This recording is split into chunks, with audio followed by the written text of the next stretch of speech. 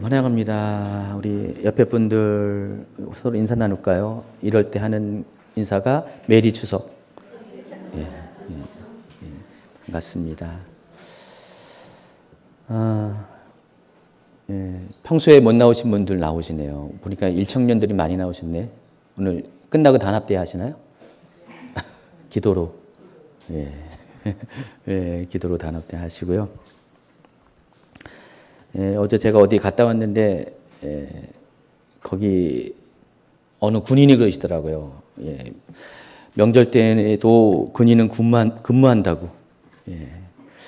근데 명절 때 근무하는 게 군인, 경찰 뭐 이런 사람만 근무하는 게 아니라 마귀도 근무하더라고요. 그죠? 하나님도 근무하시고 쉬지 않으시는 것 같습니다. 명절이 너무 기니까 아주 지겹죠? 왜요? 안 지겨워요? 저는 명절이라고 특별히 뭐 당일날만 좀 그랬지. 만일 제가 정말 여러분들처럼 이렇게 시간이 그러면은 정말 지겨울 것 같아요. 근데 나름대로 바빠서 감사하고요. 오늘 또 엔타임 시간에 모처럼 이렇게 나오지 못한 분들도 나오셔서 감사드립니다. 오늘 엔타임 처음 오신 분들 한번 손 들어 볼까요? 그렇죠. 처음 들어보신 분. 처음 들어보신 분.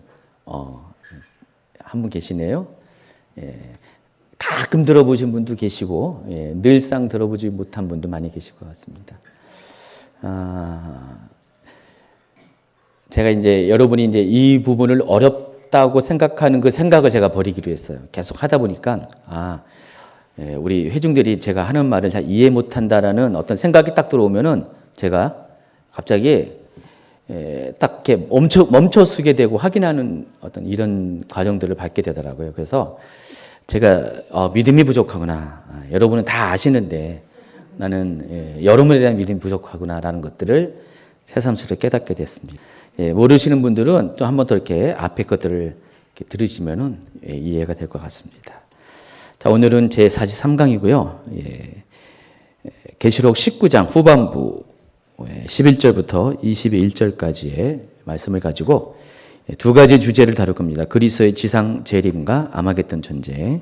실은 두 개의 다른 주제인 것 같지만은 실은 같은 시기에 동시에 일어나는 것이기 때문에 한 스토리로 오늘 다루도록 하겠습니다. 11절부터 21절까지 같이 한번 읽어보겠습니다. 또 내가 하늘이 열린 것을 보니 보라 백마와 그것을 탄 자가 있으니 그 이름은 충신과 진실이라. 그가 공의로 심판하며 싸우더라. 그 눈은 불꽃 같고 그 머리에는 많은 관들이 있고 또 이름 쓴 것 하나가 있으니 자기밖에 아는 자가 없고 또 그가 피 뿌린 옷을 입었는데 그 이름은 하나님의 말씀이라 칭하더라. 하늘에 있는 군대들이 희고 깨끗한 세마포 옷을 입고 백마를 타고 그를 따르더라. 그의 입에서 예리한 검이 나오니 그것으로 만국을 치겠고 친히 그들을 철장으로 다스리며 또 친히 하나님 곧 전능하신 이의 맹렬한 진노의 포도두틀을 발겠고 그 옷과 그 다리에 이름이 쓴 것이 있으니 만왕의 왕이요 만주의 주라 하였더라. 또 내가 보니 한 천사가 태양 안에 서서 공중에 나는 모든 새를 향하여 큰 음성으로 외쳐 이르되 와서 하나님의 큰 잔치에 모여 왕들의 살과 장군들의 살과 장사들의 살과 말들과 그것을 탄 자들의 살과 자유인들이나 종들이나 작은 자나 큰 자나 모든 자의 살을 먹으라 하더라. 또 내가 보매 그 짐승과 땅의 임금들과 그들의 군대들이 모여 그 말 탄 자와 그의 군대와 더불어 전쟁을 일으키다가 짐승이 잡히고 그 앞에서 표적을 행하던 거짓 선지자도 함께 잡혔으니 이는 짐승의 표를 받고 그의 우상에게 경배하던 자들을 표적으로 미혹하던 자라. 이 둘이 산채로 유황불 붙는 못에 던져지고 그 나머지는 말탄 자의 입으로부터 나오는 검의 죽음에 모든 새가 그들 살로 배불리더라. 아멘. 여러분, 무슨 이렇게 화가 난 일이 있으면은 분노한 일이 있으면은 우리가 자주 표현하는 게 뭐가 있죠? 뭐가 열린다 그러잖아요. 뚜껑이 열린다 그럽니다. 머리가 막 혈압이 올라가고 그런 표현들을 하는데 뚜껑 대신 오늘은 하늘이 열리네요. 하늘이 열렸습니다. 하늘이 열린다는 것은 계시록에는 모두 4번에 걸쳐서 이 비슷한 표현들이 등장하는데요. 계시록 4장부터 1장부터 시작해서 4장, 또 11장, 그리고 15장, 그리고 오늘 19장에 걸쳐서 총 계시록에서 4번에 걸쳐서 하늘이 열린다 또는 하늘의 성전이 열린다, 이런 표현들이 나와 있습니다. 하늘이 열린다는 그 의미는 그 표현이 갖고 있는 뉘앙스가 있어요. 계시록에는요, 단어 하나하나, 표현 하나하나가 그냥 쓰여진 게 없습니다. 다 의미가 있어요. 어떤 상징성이 있고 어떤 사건을 설명하기 위한 복선과 같은 역할을 해요. 근데 하늘이 열린다는 것이 모두 4번 나왔는데 이 4번의 이 장면 모두가 아주 중요한 사건이 있을 때 하늘이 열립니다. 보통 때는 하늘이 열리지 않고요. 아주 중요한 계시록 안에서의 역사적인 사건이 일어날 때만 그렇게 하늘이 열린다는 것입니다. 그래서 저는 나름대로 요거를 제 나름대로 아이디어를 냈어요. 그래서 만약에 소설도 있고 또 드라마도 있고 영화도 있다면은 모든 그런 그 스토리는 기승전결이라는 어떤 포맷이 있어요. 기자가 뭐죠? 사건이 일어난다는 뜻에서 일어날 기자를 썼죠. 그리고 이제 승자죠. 승자는 사건이 이제 막 전개될 때, 이어질 때 승자를 쓰고요. 전자는 그게 구를 전자인데 어떤 사건이 중요한 사건으로 전환될 때, 클라이막스로 갈 때 전이라는 단어를 쓰고요. 결은 맺을 결자 해가지고 사건이 마무리될 때. 그래서 모든 스토리는 이렇게 시작과 끝이 있고 그 중간에 어떤 전개하고 절정이 되는 어떤 스토리의 흐름들이 이제 공통적으로 있다는 것입니다. 만약에 계시록을 한 영화로 이해한다면은, 시나리오로 이해한다면은 계시록도 똑같이 기승전결의 단계를 거쳐서 스토리가 진행됩니다. 이 계시록은 어떤 드라마로 보면은 대하 드라마와 같은 것이에요. 대하 드라마가 뭐죠? 큰 강이 흘러서 바다로 가는 그 과정처럼 긴 시간 동안에 이어지는 어떤 스토리를 소설을 쓸 때, 드라마를 쓸 때 그런 장르를 보통 대하 드라마라고 합니다. 그러니까 계시록은 대하 드라마와 같아요. 그래서 긴 이야기를 아주 거기에 많은 일어나는 에피소드를 하나의 큰 어떤 물줄기의 흐름 가운데서 주제를 놓치지 않고 계속 써내려가는 드라마와 같습니다. 그래서 그 중간중간에 많은 에피소드들이 있습니다. 그래서 계시록은 대하 드라마와 같기도 하고요.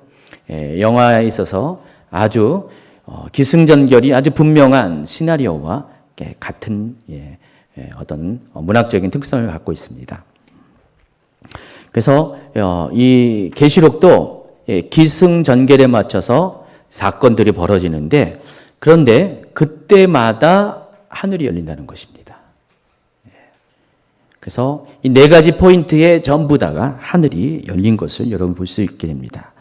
제가 그것을 좀 설명을 해드리겠습니다. 먼저 계시록 4장을 한번 보도록 하겠습니다. 4장 1절입니다. 2일 후에 내가 보니 하늘에 열린 문이 있는데 내가 들은 바 처음에 내게 말하던 나팔 소리 같은 그 음성이 이르되 이리로 올라오라. 이후에 마땅히 일어날 일들을 내게 보이리라 하시더라. 내가 곧 성령에 감동되었더니 보라, 하늘에 보좌를 베풀었고 그 보좌 위에 앉으신 이가 있는데 내가 보매 보좌에 앉으신 이의 오른손에 두루마리가 있으니 안팎으로 썼고 7인으로 봉하였더라 그랬습니다. 계시록 1장에는 이제 계시록을 쓴 저작 동기가 설명되어 있고요. 그리고 중반 후반부에는 그 예수님의 나타나신 모습에 대해서 설명이 되어 있고요. 또 그걸 근거로 계시록 2장과 3장은 7교회, 마지막 때 7교회를 소개하면서 마지막 때 하나님께서 우리에게 보여줄 교회들의 모습의 샘플을 7가지로 우리에게 나타내 줬습니다. 근데 여기까지는 어떤 시나리오가, 어떤 사건이 일어나는, 스토리가 일어나는 그런 내용들은 아니었어요. 자, 그런데 4장부터가 이제 스토리가 시작됩니다. 마지막 때가 시작되는데, 이 마지막 때가 시작될 때 그 시작이 어디서부터 시작하냐면은 하늘이 열리면서 땅에 있었던, 하늘 아래에 있었던, 땅 위에 있었던 사도 요한을 하나님께서 하늘의 열린 문을 통해서 하늘로 올라오게끔 합니다. 그리고 그 올라온 상태에서 이 땅 가운데 일어날 모든 심판의 사건들을 사도 요한이 볼 수 있도록 하나님께서 한상을 열어준다는 것입니다. 그래서 그 내용을 기록한 것이 요한계시록이에요. 그래서 첫 번째 하늘이 열리는 그 사건부터 마지막 때 시나리오는 시작된다는 것입니다. 자, 요한이 첫 번째 하늘에 열릴 때 뭘 봤습니까? 하늘 보좌의 광경을 보았습니다. 하나님께서 그 보좌 가운데 앉아 계시고요. 그리고 중요한 것은 하나님 오른손에 뭐가 있죠? 두루마리가 있는데 이 두루마리는 두 가지 특징이 있어요. 7인으로 봉해졌고 또 안팎으로 쓰여졌다고 그랬습니다. 자세한 내용, 안팎으로 썼다는 게 뭐냐, 7인으로 봉해졌던 게 뭐냐, 예전 강의를 참조하시기 바랍니다. 자, 그래서 이 오른손에 있는 두루마리의 정체가 뭐죠? 마지막 때 일어날 일에 대한, 어떤 일이 일어날 것인가에 대한 시나리오를 기록한 것이에요. 근데 사도 요한이 이 하나님 오른손에 있는 이 두루마리를 보았는데 하나님의 오른손에 있기 때문에 아무도 건질 수가 없잖아요. 감히 누가 하나님의 오른손에 있는 것을 건질 수가 있습니까? 그리고 이것이 봉해져 있다고 했잖아요. 밀봉되어 있는데 사도 요한이 울었어요. 왜 울었을까요? 이 봉인이 열려야지만 마지막 때가 시나리오가 시작되고 이 마지막 심판이 있어야지 주님이 다시 오잖아요. 근데 그게 안 열리고 있으니까 너무 답답한 거죠. 빨리 저게 봉인이 해제되고 시나리오대로 사건이 일어나야지 그 끝에 가서 예수님이 다시 오는데 그게 안 되니까 올 수밖에 없었다는 것입니다. 자, 그때 누가 등장하죠? 어린 양이신 유다의 사자이신 예수님이 등장하고 예수님께서 드디어 그 오른손에 있는 두루마리를 취해서 봉인을 하나씩 띄죠. 그게 6장부터 나오는 7인의 재앙입니다. 하나씩 뛸 때마다 재앙들이 일어나게 됩니다. 그래서 7개 인을 다 떼어질 때 마지막 심판이 끝나는 거예요. 근데 여러분 생각하기에 7인밖에 없기 때문에 7인으로는 계시록 전체에 일어나는 7 나팔재앙, 7 대접재앙이 설명이 안 되잖아요. 그렇죠. 근데 이미 강의를 계속 들어온 분들은 바로 이해합니다. 실은 7번째 인이 핵심이죠. 7번째 인이 떼어질 때 7 나팔이 불려지게 되는 거예요. 그러니까 7 나팔은 7번째 인의 재앙 안에 속해 있는 거예요. 이해하시겠죠? 자, 그럼 7 대접재앙은 뭐죠? 마찬가지예요. 7 대접재앙 또한 7번째 나팔 안에 포함되어 있는 것이에요. 그래서 7 대접재앙이 7번째 나팔 재앙에 또 그것을 포함한 7 나팔 재앙이 7번째 인의 재앙 가운데 들어가 있기 때문에 결국은 7가지의 인을 뗄 때가 모든 재앙들이 다 완성이 되는 것입니다. 그래서 예수님이 그것을 띄어내실 때마다 하나씩 선사를 통해서 띄어날 때마다 심판이 시작되면서 마지막 때의 시나리오가 마지막 때의 시간표가 흘러가게 된다는 것입니다. 바로 그때 바로 그 중요한 순간에 사건이 일어나는 바로 중요한 순간에 하늘이 열렸다는 것입니다. 두 번째가 계시록 11장입니다. 마지막 때에 있어서 가장 중요한 사건을 꼽는다면은 몇 가지가 있는데 그 중에 하나가 예수님이 공중에 강림하시는 거예요. 더불어서 성도가 휴거를 받는 장면입니다. 그래서 이 내용이 계시록 11장에 암시되어 있습니다. 계시록 11장의 약 3분의 2 지점까지는 두 증인의 사역에 대해서 소개를 합니다. 그리고 후반부에 마지막 7번째 천사가 나팔을 불 때 하늘에 음성이 나면서 이제 세상 나라가 우리 주와 그리스도의 나라가 되어 그가 세세토록 왕노릇 할 것이다라는 외침을 하게 됩니다. 많은 분들이 그 예수 그리스도의 공중강림과 성도의 휴거가 계시록에 어디 나와 있느냐라고 말하는 분들이 있어요. 그런데 실은 이 장면이 자세히 읽어보면은요, 바로 그것을 말씀하고 있는, 암시하고 있는 것이라고 여러분이 충분히 이해가 됩니다. 그래서 7번째 천사가 나팔을 바로 불 때, 그때 하늘이 열립니다. 19절에 보니까 이렇게 열려 있어요. 이에 하늘에 있는 하나님의 성전이 열리니 성전 안에 하나님의 언약궤가 보이며 또 번개와 음성들과 우레와 지진과 큰 우박이 있더라. 하나님의 언약궤가 뭘 의미하죠? 언약궤는 하나님의 약속을 의미하는 겁니다. 그러니까 언약궤는 또 하나님의 임재를 상징하는 것이에요. 실제로 이 땅에 있는 성전에서 특별히 성막 시대 때, 광야 시대 때 성막의 그 윗뚜껑, 지성소라고, 여기 속죄소라고 하고 시온소에 거기에 하나님이 실제로 임재하셨어요. 그래서 임재의 증거로 어떻게 하셨어요? 낮에는 구름 기둥으로 하나님께서 임하고 계시다는 것, 또 밤에는 불 기둥으로 거기에 머물러 계신 것을 나타내 주셨어요. 그래서 언약궤는 하나님의 임재를 상징해요. 그래서 언약궤 뚜껑 그 시온소에 보면은 왜 시온소라고 부르는지 아십니까? 하나님의 은혜를 베푸는 장소라고 해서 시온소예요. 근데 그 시온소의 뚜껑에는 두 천사가 조각이 되어 있어요.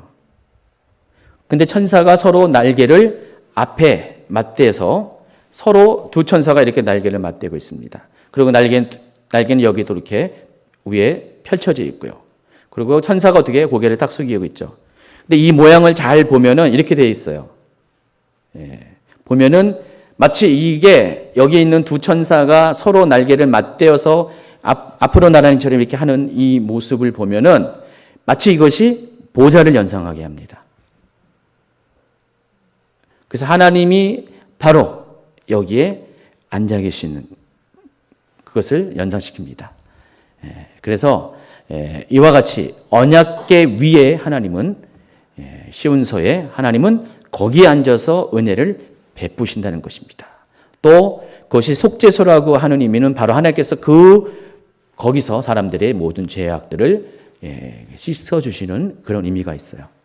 그래서 이 언약궤는 하나님의 말씀을 담은 법궤라는 의미도 있지만 언약이라는 상징적인 의미도 있지만은 실은 하나님의 임재라는 의미가 더 강한 거예요. 근데 그 하나님의 언약궤가 하늘 보좌에 있습니다.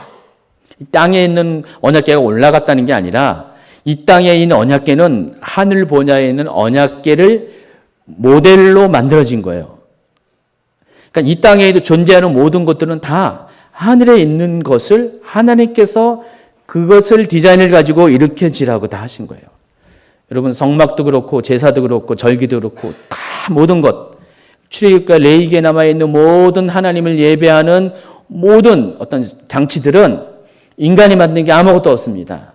모든 청사진은 다 하나님이 주신 거예요.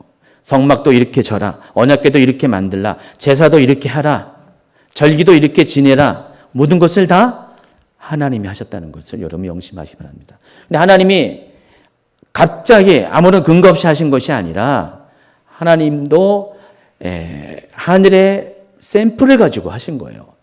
그래서 이 땅의 것들은 다 뭐예요? 그림자라고 그랬잖아요. 제가 주일날 설교 때 골로새 2장을 가지고 이 땅의 모든 것들은 다 안식일이고 절기고 다 그림자라고 했죠. 근데 실체는 어디에 있어요? 하늘에 있는 거예요.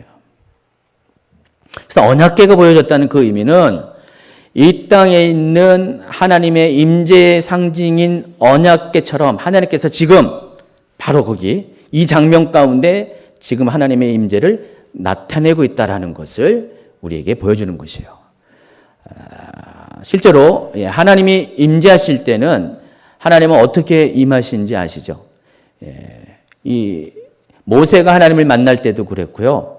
많은 장면 가운데 하나님이 임재할 때는 하나님의 임재와 동시에 나타나는 현상들이 몇 가지가 있어요. 성경을 쭉 살펴보면은 하나님이 임재할 때 나타나는 현상이 있는데 특별히 이 계시록에서는 그것이 아주 분명하게 나타나고 있습니다. 방금 읽어드린 번개, 음성, 우레, 지진, 우박 이 5가지가 하나님의 임재가 있을 때 나타나는 현상이라는 것입니다. 하나님이 딱 존재를 드러내실 때 하늘에 번개가 치고요. 음성들이 있고요. 우레가 울리고요. 지진이 일어나고 큰 우박이 일어납니다. 이 5가지가 전부예요. 하늘에. 그래서 그 상황마다 한두 가지가 빠져요. 그러니까 사건의 강도에 따라서 어떤 사건은 요 중에서 한 개, 2개가 빠집니다. 근데 이 11장에 보면은 5개 모두가 다 사용되었어요. 5가지의 하나님의 임재가 있을 때 나타나는 현상들 모두가 다 동시에 사용됐어요. 그 의미는 지금 이 시간이 굉장히 하나님의 임재가 강력하게 드러나는 시간임을 우리에게 암시하고 있다는 것을 여러분이 아시기 바랍니다. 다시 말해서 그만큼 중요한 사건이라는 것입니다. 그래서 하나님은 하나님의 언약의 상징이고 임재의 상징이는 언약궤를 보여주시면서 또 5가지의 하나님의 임재 나타나는 현상들을 통해서 이 일이 하나님께서 아주 중요하게 생각하고 직접 챙기시는 일, 아주 매우 마지막 때에 있어서 중요한 사건이라는 것을 각인시켜 준다는 것입니다. 세 번째가 기승전결에서 전입니다. 그래서 이 전이라는 것은 전환하다라는 뜻이에요. 그래서 이 사건이 마지막 때의 사건이 전환되는 시점이 계시록 15장에 나옵니다. 계시록 15장 5절부터 8절까지 한번 읽어볼까요? 609페이지입니다. 또 이후에 내가 보니 하늘에 증거장막의 성전이 열리며 7 재앙을 가진 7 천사가 성전으로부터 나와 맑고 빛난 세마포옷을 입고 가슴에 금띠를 띠고 네 생물 중에 하나가 영원토록 살아계신 하나님의 진노를 가득히 담은 금대접 7을 그 7 천사에게 주니 하나님의 영광과 능력으로 말미암아 성전의 연기가 가득 차매 7 천사의 7 재앙이 마치기까지는 성전에 능히 들어갈 자가 없더라 그랬습니다. 하늘의 증거장막의 성전이 열렸다 그랬습니다. 그러니까 이것을 지상의 것으로 이야기하면은 성막이 열렸다는 것이에요. 앞에 11장에는 하나님의 언약궤가 보였다 그랬죠. 지금은 이 장면에서는 증거장막의 성전이 열렸다. 또 신약 시대로 가면은 예수님이 돌아가셨을 때 지성소가 위로부터 아래로 지성소의 휘장이 쪼개졌다고 했죠. 가림막이 쪼개졌죠. 그래서 성소와 지성소가 이제는 통하는 그런 장면이 나옵니다. 지금 하나님께서 가리었던 증거장막을 펼쳐주신 것이에요. 그러니까 성소와 지성소의 그런 단절을 지금은 끊어주시면서 하나님이 직접 지성소에서 등장하셨다라고 이해하시면 됩니다. 이해하시겠어요? 그만큼 이 장면이 중요하기 때문에. 자, 그리고 또 7 재앙을 가진 7 천사가 성전으로부터 나왔다 그랬어요. 그러니까 하나님이 계신 그 보좌로부터 나오는데 이들의 복장을 보세요. 천사의 복장. 맑고 빛난 세마포, 또 가슴에 금띠.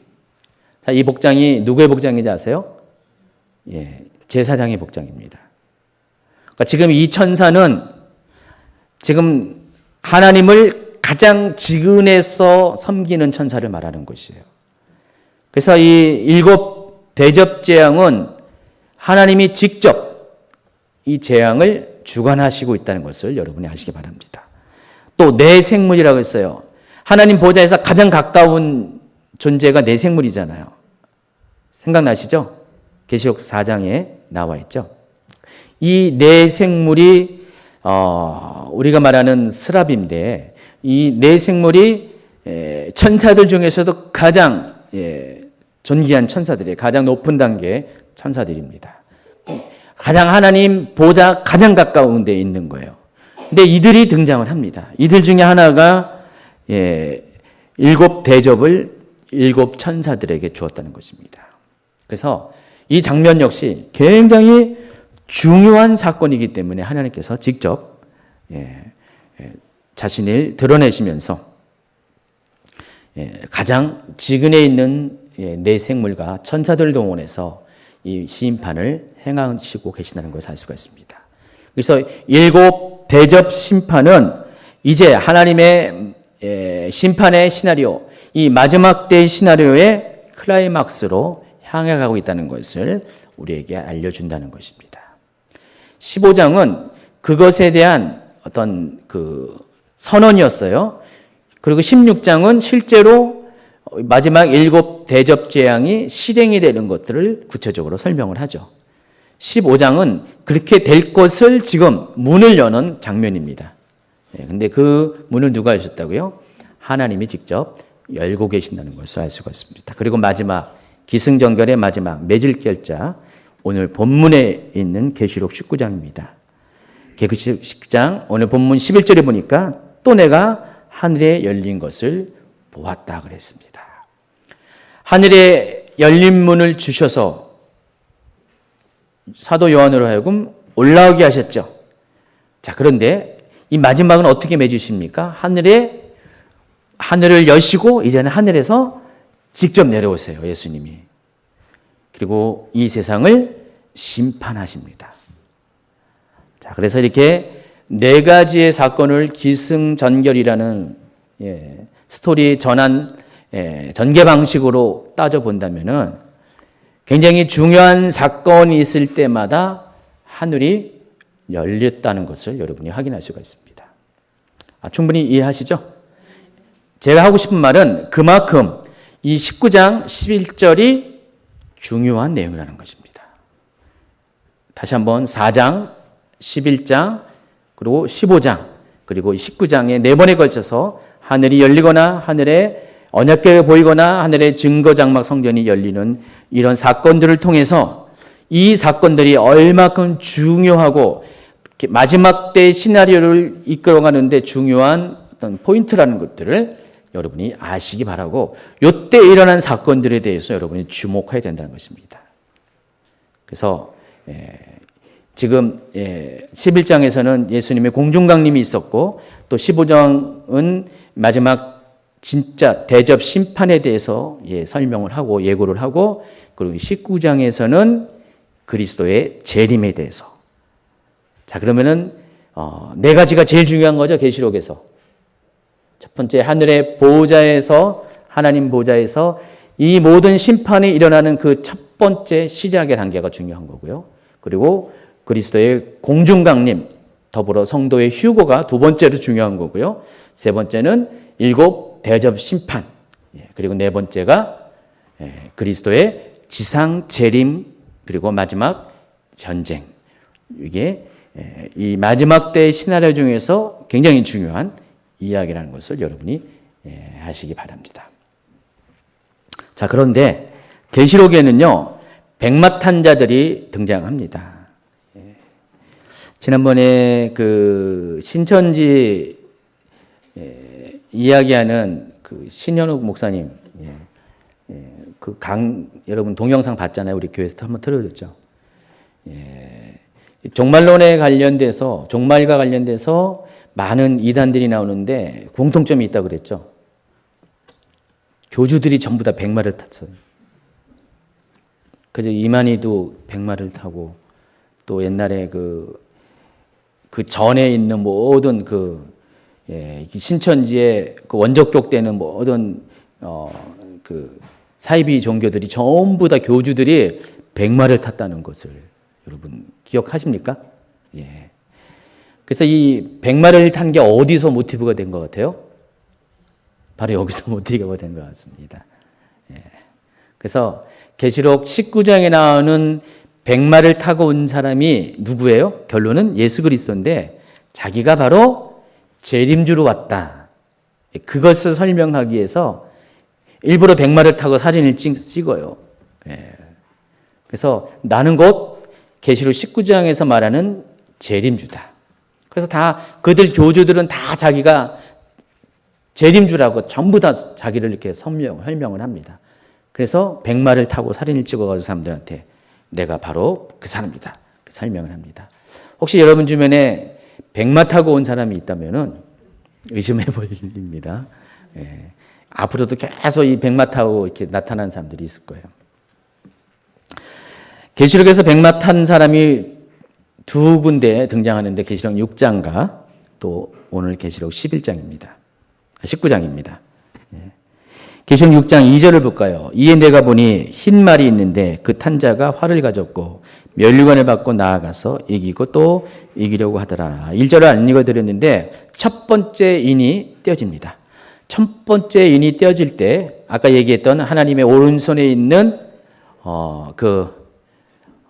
일곱 봉인으로 된 그 두루마리에 있는 첫 번째 인이 떼어질 때 어떤 일이 일어나냐? 그 일곱 인의 재앙에서는 네 개의 재앙이 똑같이 공통됩니다. 첫 번째, 두 번째, 세 번째, 네 번째에 뭐가 등장하죠? 말들이 등장해요. 첫 번째 인이 떼어질 때 흰 말이 등장하고 두 번째 인이 떼어질 때 빨간 말, 세 번째 등장할 때 세 번째 인이 떼어질 때 검정 말, 네 번째 인이 떼어질 때 청황색 말. 그래서 어떤 다른 번역에 보면은 푸르스름한 말, 가지고 창백한 말 여러 가지 번역이 있는데 다 죽음을 상징하는 그런 표현입니다. 그래서 첫 번째 인이 떼어질 때 등장하는 말이 흰 말이고요. 이 흰 말이 등장하는데 중요한 것은 흰 말을 탄 사람이 중요한 거죠. 흰 말 위에 올라탄 사람이란 것입니다. 근데 그 사람의 특징이 활을 갖고 있는데 화살은 없어요. 그리고 머리에 왕관을 쓰고 있습니다.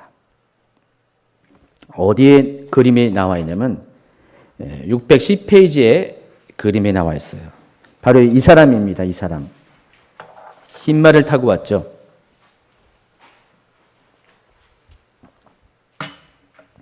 근데 손에 활을 갖고 있는데 화살은 없어요. 근데 특징이 이 사람이 면류관을 받고 왕관을 쓰고 나왔는데 면류관은 승리자에게 주는 거잖아요.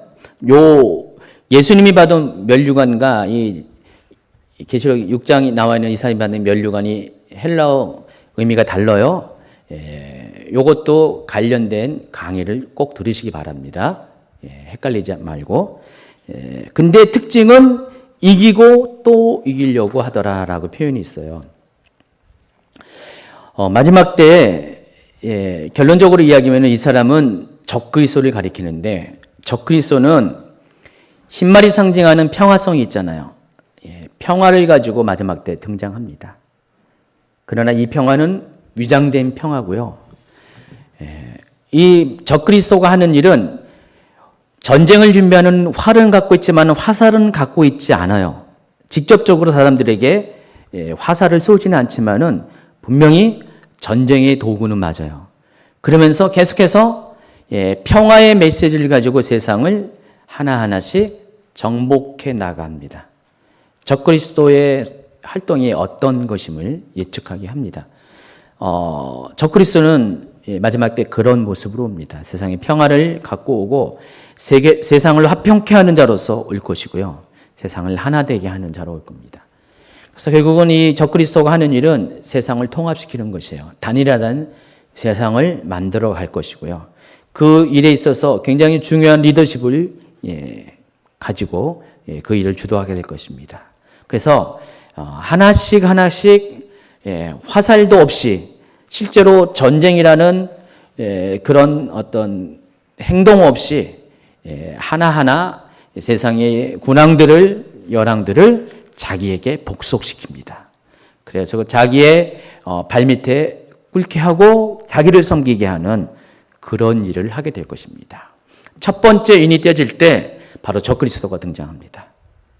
그래서 여러분 마지막 때를 여러분이 예측할 수 있는 시간표가 있어요. 바로미터가 있는데 마지막 때는 반드시 사도 바울이 서신 가운데서 경고했듯이 데살로니가 전서에서 경고했듯이 두 가지 일이 반드시 일어나야 됩니다. 뭐죠? 적그리스도의 등장 그리고 또 배도하는 일. 그래서 적그리스도가 등장하면서 배도가 일어나게 됩니다. 마지막 때 미혹이 일어나면서 배도하는 일이 생기게 될 거고요.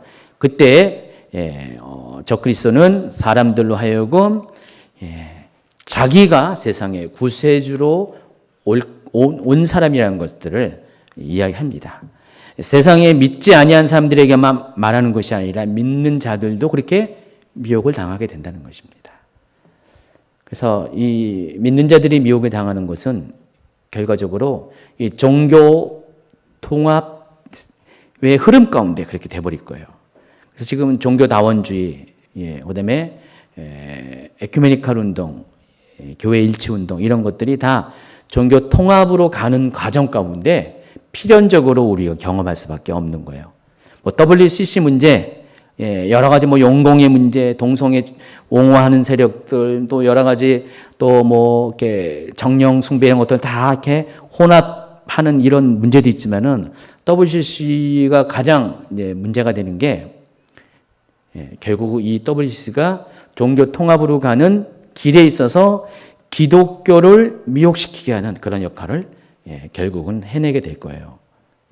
그래서 꼭 WCC가 아니더라도 잠깐만 이 모든 교회들을 모든 신학들을 하나가 되게 하는 이 시도들 자체가 그런 쪽으로 목표를 가지고 있기 때문에 그렇게 진행될 것이라는 것을 여러분이 아시기 바랍니다. 마지막 때 교회가 점점 하나가 되는데 좋은 쪽에서 하나가 안 된다는 거예요. 마지막 때일수록 교회는 분리되어야 정상입니다.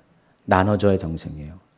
교회가 커지는 게 정상이 아니라 교회는 점점점 작게 쪼개지고 지하로 가게 될 거예요. 그래서 이 핍박의 시간이 오게 되면은 전 3년 반의 시간이 오게 되면 교회는 점점 지하 교회로 가게 될 거예요. 지금 그래서 하나님이 그 전에 대부흥을 허락하시는 거예요. 그 직전에 교회 핍박이 있기 전에 교회들을 자꾸만 부흥시켜 줄 것이고요. 그 부흥의 힘이 결국은 고난의 시절을 이겨낼 수 있도록 사람들을 그렇게 만들어 갈 겁니다. 근데 지금 자꾸만 흐름은 자꾸만 하나 되게 하려고 하잖아요. 하나 되게 하고 커지게 하려고 막 그런 흐름들이 많이 있는데 여러분 잘 경계하셔야 된다는 것입니다.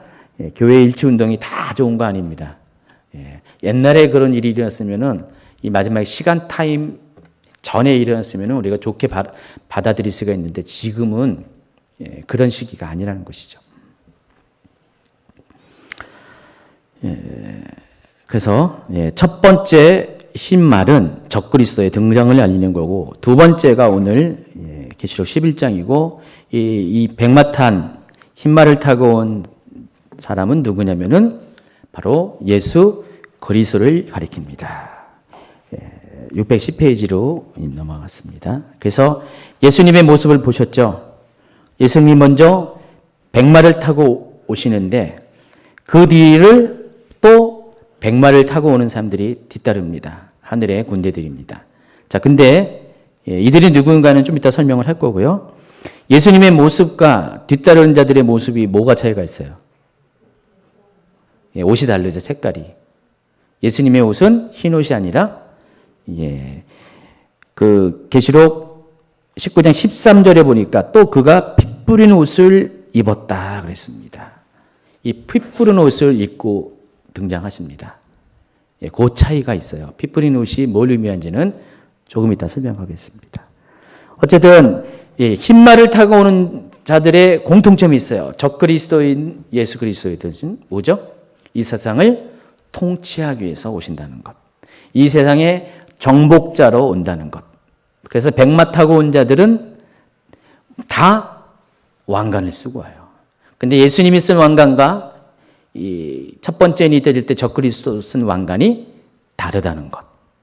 관련 강의를 꼭 들으시라는 것.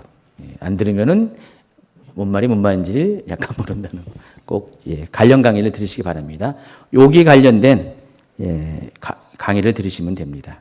6장 1절 거기에 그 설명을 해놨으니까 1절 2절에 자, 그러면은 이 계시록 19장에 있는 백마탄자가 예수님이라는 증거를 여러분이 아셔야 될 것 같은데, 첫 번째는 이 백마탄자는 이름이 있어요. 뭐라고 했어요? 충신과 진실이라고 했습니다.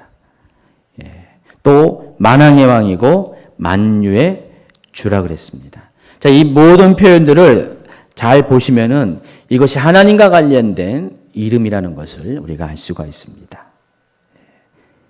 그래서 예수님은 마지막 때 만왕의 왕으로 오실 것이고요. 만유의 주로서 오시게 됩니다. 그리고 세상을 완전히 이제는 모든 적그리 세상을 멸망시키고 심판하시고 세상을 하나님의 나라로 통치하시기 위해서 진정한 왕권을 누리기 위해서 그렇게 오신다는 것입니다. 근데 그 예수님의 정체성이 바로 이름 가운데 여기 실려져 있다는 것입니다. 611페이지로 넘어갑니다. 두 번째가 그 백마탄자가 행할 일이 바로 그분이 예수님이라는 것을 증명한다는 것입니다. 공의로 심판하신다고 그랬어요. 예수님의 하시는 일은 심판의 근거는 하나님의 공의예요. 악인에 대해 심판하는데 그 악인에 대한 심판의 근거가 그들이 행한 악한 일에 대한 심판입니다. 그래서 공의로 심판하러 오시고요. 또 철장으로 다스린다고 표현했고요. 또 진노의 포도주틀을 밟는다고 그랬습니다. 여러분 시편에도 그렇고요. 계시록에도 보면은 예수님의 사역에 대해서 반복적으로 예수님이 철장으로 만국을 깨트린다고 질그릇 깨트린다는 표현들이 많이 있어요. 잘 보시면은 이제 거기에 제 관련된 성경 기저 시편 2장 9절, 계시록 2장 27절, 계시록 12장 5절 다 보면은 예수님께서 장차 철장으로 만국을 다스릴 남자라 그랬습니다. 질그릇 깨듯이 세상을 심판하실 분이라고 그랬습니다. 다 예수님이 어떤 일을 행할 것을 알 수가 있습니다. 예수님은 초림 때 어떻게 오셨죠? 세상을 구원하시고자 스스로 십자가를 지시는 모습으로 왔는데 마지막 때 오시는 예수님은 그런 모습이 아닙니다. 연약한 모습으로 오시는 게 아니에요. 자신을 내어주는 무기력한 모습으로 오는 것이 아니라 마지막 때 여러분이 만날 예수님은 어떤 분이시라고요? 철장으로 만국을 권세를 깨트리는 정복자의 모습으로 오신다는 것입니다. 왜 그래요? 마지막 때 오신 예수님은 목적은 심판을 위해서 오시기 때문에 그렇다는 것입니다. 진노의 포도주 틀을 밟는다. 이것도 같은 표현이죠. 포도주 틀을 밟는다는 것은 구약의 예언서 보면은 심판을 표현할 때 포도주 틀을 밟는다는 표현을 많이 해요. 여러분 그 포도주를 만들 때 이스라엘은 어떻게 만드냐면은 포도주 틀이 따로 있어요.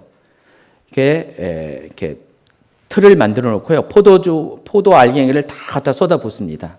그리고 그 틀 한쪽에 구멍을 만들어서 통로를 만들어서 즙이 빠져나가는 통로를 만들어요. 그리고 사람들이 어떻게 해요? 거기에 맨발로 여러 사람이 올라가서 송이를 막 질겅질겅 밟습니다. 아무나 못 올라가죠. 일단 발 씻은 사람이 올라가고 무좀 없는 사람이 올라가고 자연 깨끗하게 올라가겠죠. 근데 그 알갱이를 밟을 때면 어떻게 해요? 포도가 알갱이가 팍팍 터지죠. 그게 마치 사람이 심판받아서 죽을 때 피가 터지는 모습과 똑같다는 거죠. 색깔도 똑같고. 그래서 포도주 틀을 밟는다. 그것은 심판을 상징하는 것입니다. 거기 나는 포도주의 그 액체의 색깔이 사람의 그런 심판당한 자의 피를 상징한다는 것입니다. 예수님이 바로 그것을 위해서 마지막 때는 오실 것이라고 말합니다. 그러니까 이와 같이 예수님이 행하시는 백마탄자가 와서 행한 일들을 통해서 그분이 말씀하신 바대로 심판을 가지고 오신 예수님이라는 것을 증명한다는 것입니다. 마지막으로 예수님의 모습 속에서 백마탄자의 모습 속에서 그분이 예수님이라는 것을 증거합니다. 그의 눈이 불꽃 같다 그랬어요. 계시록 19장 12절. 그 눈은 불꽃 같다 그랬습니다. 자, 예수님의 모습이 계시록 1장에 이미 쫙 나와 있잖아요. 12절부터 쭉 나와 있는데 그 모습 중에서 이렇게 소개합니다. 1장 14절 그의 머리와 털의 희기가 흰 양털 같고 눈 같으며 그의 눈은 불꽃 같다 그랬어요.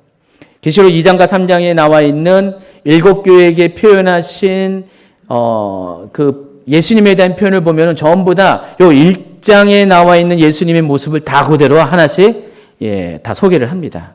특별히 2장 18절에 보면 두아디라 교회에게 전하는 말씀 중에서 이렇게 표현합니다. 두아디라 교회의 사자에게 편지하라. 그 눈이 불꽃 같고 그 발이 빛난 주석과 같은 하나님의 아들이시되.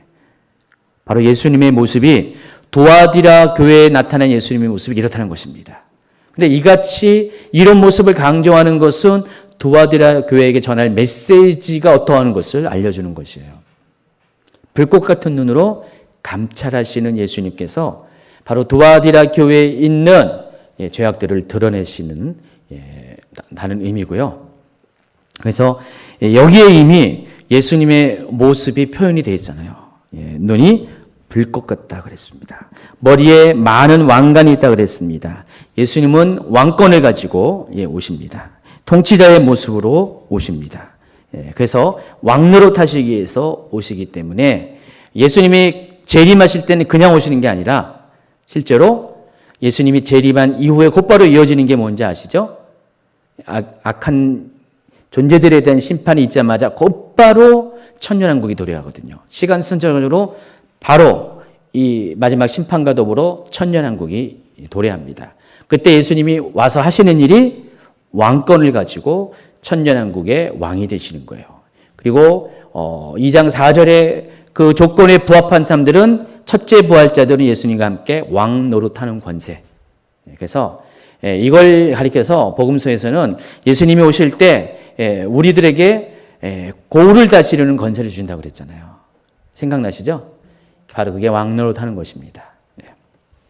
근데 그 모든 고를 다스리는 권세자 가진 사람들을 다 통치하시는 분이 예수님이라는 것이에요. 그래서 예수님은 백마탄 자의 모습에는 바로 이 왕권을 상징하는 왕관이 쓰여져 있다는 것입니다. 피 뿌리는 옷은 두 가지 의미가 있습니다. 첫 번째는 예수님께서 흘리신 피를 말한 거죠. 보혈을 말합니다. 다 아는 것이고요. 또 두 번째가 바로 예수님께서 대적자의 싸움에서 싸움 가운데 아까 진노의 포도주 틀을 밟을 때 터지는 그 심판 당하는 자의 피가 또 이 옷 가운데 또 투영이 되어 있다는 것을 여러분 아시기 바랍니다. 그러니까 예수님은 두 가지의 모습으로 이 피 뿌린 옷을 입은 예수님의 모습에는 두 가지가 다 있습니다. 바로 보혈의 옷 그리고 심판의 옷이 두 가지가 이 피 뿌린 옷 가운데 다 포함되어 있다는 것을 아시기 바랍니다. 자, 그런데 문제는 14절에 있는 하늘의 군대들은 과연 누구를 가리키는 것일까? 한번 읽도록 하겠습니다. 킹제임스 버전에 있습니다. 또 하늘에 있는 군대들이 희고 정결한 세마포를 입고 흰 말을 탄 그를 따르더라 그랬습니다. 그 개역개정과 킹제임스 성경은 약간 표현이 약간 달라요. 희고 정결한 세마포는 같은 이야기를 하는데 개역개정에서는 백마를 타고 그를 따르더라 그랬어요. 예수님을. 근데 킹제임스 버전에가 흰말을 탄 예수님을 따르더라. 약간 표현이 다르죠. 뉘앙스가. 인지 알았나요? 그래서 성경이 이렇게 약간 표현들이 좀 달라요. 어쨌든 다른 번역본들을 다 통해서 결론적으로 예수님도 흰말을 탔지만은 그를 따르는 흰옷 입은 정결한 옷을 입은 하늘의 군대들 역시 흰말을 타고 온다는 것을 알 수 있습니다. 어떤 사람들은 이들을 가리켜서 하늘의 천사라고 이야기합니다. 근데 제가 지난 강의에서 얘기했지만은 만약에 이들이 하늘의 천사라고 하면은 자, 이 전쟁은 실제 하는 전쟁이 아닐 수가 있어요. 그러니까 우리가 보통 영적 전쟁의 차원에서 이해할 수가 있다는 것입니다. 그런데 이때의 전쟁은 영적 전쟁이 아니에요. 빛과 어둠의 전쟁은 맞는데 실제 하는 전쟁이라는 것을 여러분이 꼭 명심하시기 바랍니다. 왜냐하면 예수님이 직접 재림을 하시기 때문에 육신을 입고 이 땅으로 내려오시기 때문에 그것은 영적 전쟁이 결코 아니라는 것을 아시기 바랍니다. 그래서 이 백마를 타고 오는 신옷 입은 자들의 덩치는 과연 놀까? 바로 육의 몸으로 부활한 성도들로 보는 것이 좀 타당하다는 것입니다. 다른 말로 하면 휴거 성도들. 휴거한 성도들이 마지막 때 예수님과 함께 이 땅에 내려옵니다. 그리고 세상을 다 멸망을 시키죠. 그리고 이들은 그 다음 행선지가 어디일 것 같아요? 다시 천국으로 올라가는 거 아니에요. 한번 내려오면 끝이에요. 어디로 가 있어요? 펼쳐질 천년왕국으로 입성하게 된다는 것입니다. 순서가 시나리오가 이렇게 된다는 것입니다. 그들의 특징은 희고 정결한 세마포 옷을 입었다 그랬습니다. 이 옷이 의미하는 것은 다 뭔지 아시죠? 거룩한 삶을 말하는 것입니다. 흰옷 입은 사람들은 결국은 성도들의 옳은 행실을 통해서 정말 하나님 앞에 천국 백성으로 인정받은 사람들입니다.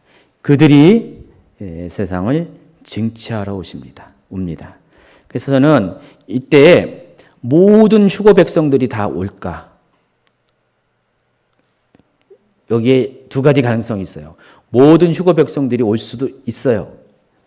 그런데 또 한 가지 가능성은 그들 중에서 왕노릇 할 수 있는 자들만 올 수도 있어요. 두 가지 가능성이 다 있어요. 뭔 말인지 이해하시겠어요? 왜냐하면 그 흰옷 입은 사람들의 조건이 계시록 14장에 나와 있는 바로 14만 4천의 사람들을 더 의미하기 때문에 그럴 가능성이 있다는 것입니다. 그래서 이들은 환난을 통과한 자들이고요. 오직 예수 믿는 그 증거 때문에 목숨을 잃은 자들인데 이들이 마지막 때 세상을 징치하러 온다는 것입니다. 예수님이 복음 때문에 예수님도 죽임을 당하신 것처럼 복음 때문에 고난당하고 순교한 자들만이 마지막 때 심판에 동참할 수 있는 자격이 주어지기 때문에 그렇다는 것입니다. 그래서 그들일 확률이 더 많아요.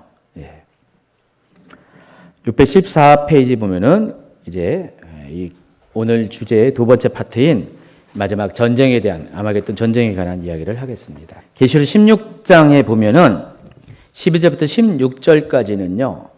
여섯 번째 천사가 나팔을 불 때 일어난 사건에 대해서 이렇게 언급합니다. 같이 있습니다. 또 여섯째 천사가 그 대접을 큰 강 유브라데 소돔에 강물이 말라서 동방에서 오는 왕들의 길이 예배되었더라. 또 내가 보매 개구리 같은 새 더러운 영이 용의 입과 짐승의 입과 거짓 선지자의 입에서 나오니 그들은 귀신의 영이라 이적을 행하여 온 천하 왕들에게 가서 하나님 곧 전능하신 이의 큰 날에 있을 전쟁을 위하여 그들을 모으더라. 보라 내가 도둑같이 오리니 누구든지 깨어 자기 옷을 지켜 벌거벗고 다니지 아니하며 자기의 부끄러움을 보이지 아니하는 자는 복이 있도다. 새 영이 히브리어로 아마겟돈이라 한 곳으로 왕들을 모으더라 그랬습니다. 여기 보면은 14절에 큰 날에 있을 전쟁이라는 표현을 합니다. 큰 날은 과연 무슨 날을 가리킬까? 이 큰 날은 엔타임 핵심 강의, 엔타임 본강입니다. 핵심 강의에서는 제가 안 다뤘어요, 일부러요. 본강의 보면은 아마 2005년 정도, 2005년 12월 달 정도에 아마 강의 한번 보시면은 제 4강에 보면은 여호와의 날이라는 그 주제로 이 부분을 다뤘어요. 구약 성경에 보면 예언서에 보면은 여호와의 날이라는 개념들이 나와 있어요. 마지막 날, 큰 날.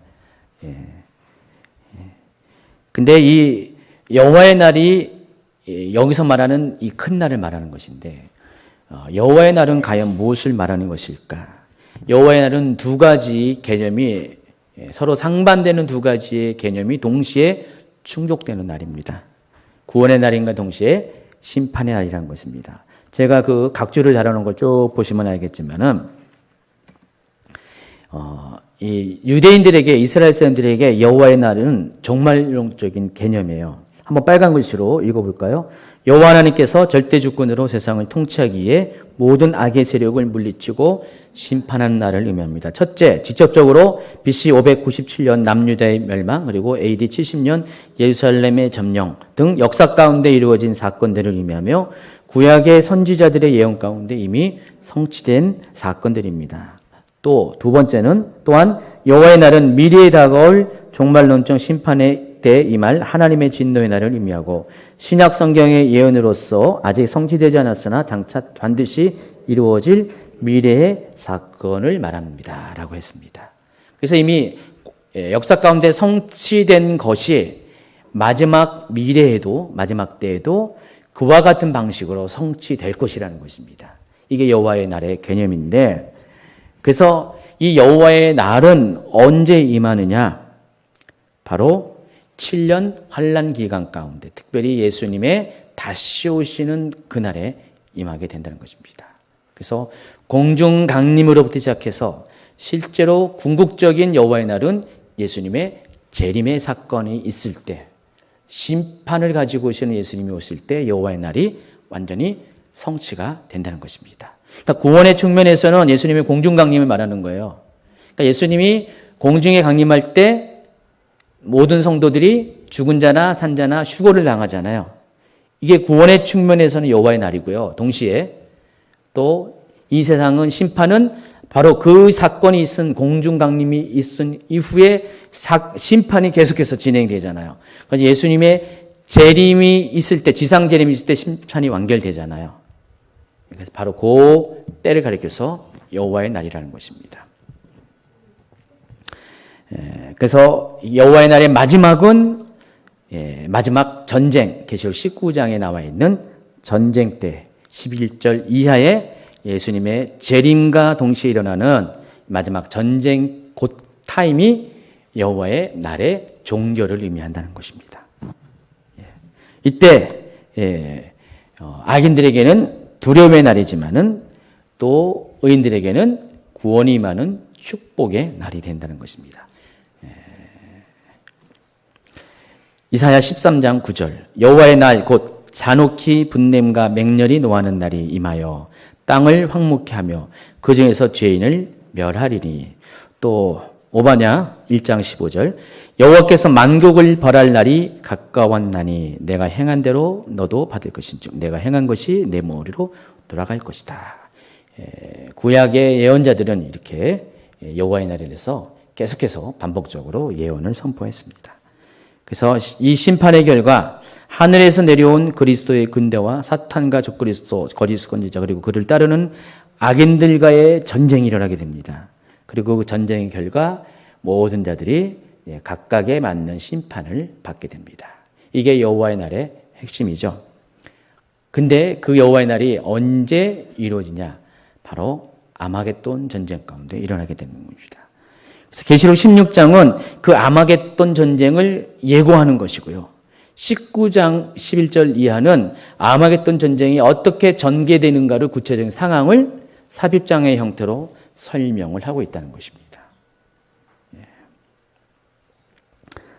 16장 16절에 분명히 새 영이 히브리어로 아마겟돈이라는 곳으로 왕들을 모으더라 그랬습니다. 자, 아마겟돈에 대해서 좀 설명을 해야 되는데 많이 들어봤죠? 여러분 영화에서도 봤죠? 아마겟돈이라는 영화도 있고 다 거기서 말하는 것이 다 지구 종말을 의미합니다. 종말을 의미하는데 이 아마겟돈이라는 단어가 종말이라는 의미가 아닌 거 아시죠? 지구 최후의 날 이런 의미가 아니에요.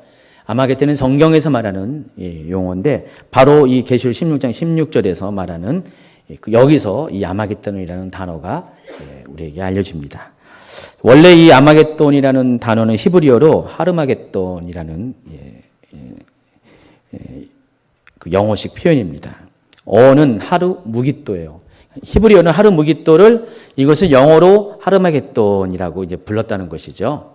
근데 이 하루 무깃도라는 게 뭐냐? 이 하루라는 히브리어 단어는 높은 언덕, 산을 말해요. 큰 높은 산을 말하는 것이 아니라 산은 산이로되 높은 언덕과 같은 그 정도의 산. 일반 낮은 언덕은 아니고 높은 언덕. 그런 것을 말합니다. 그래서 무깃도산이라는 뜻이에요. 무깃도산. 무깃도에 산이 있을까요? 예, 있어요. 예, 제가 갔다 왔어요. 2번이나 갔다 왔는데.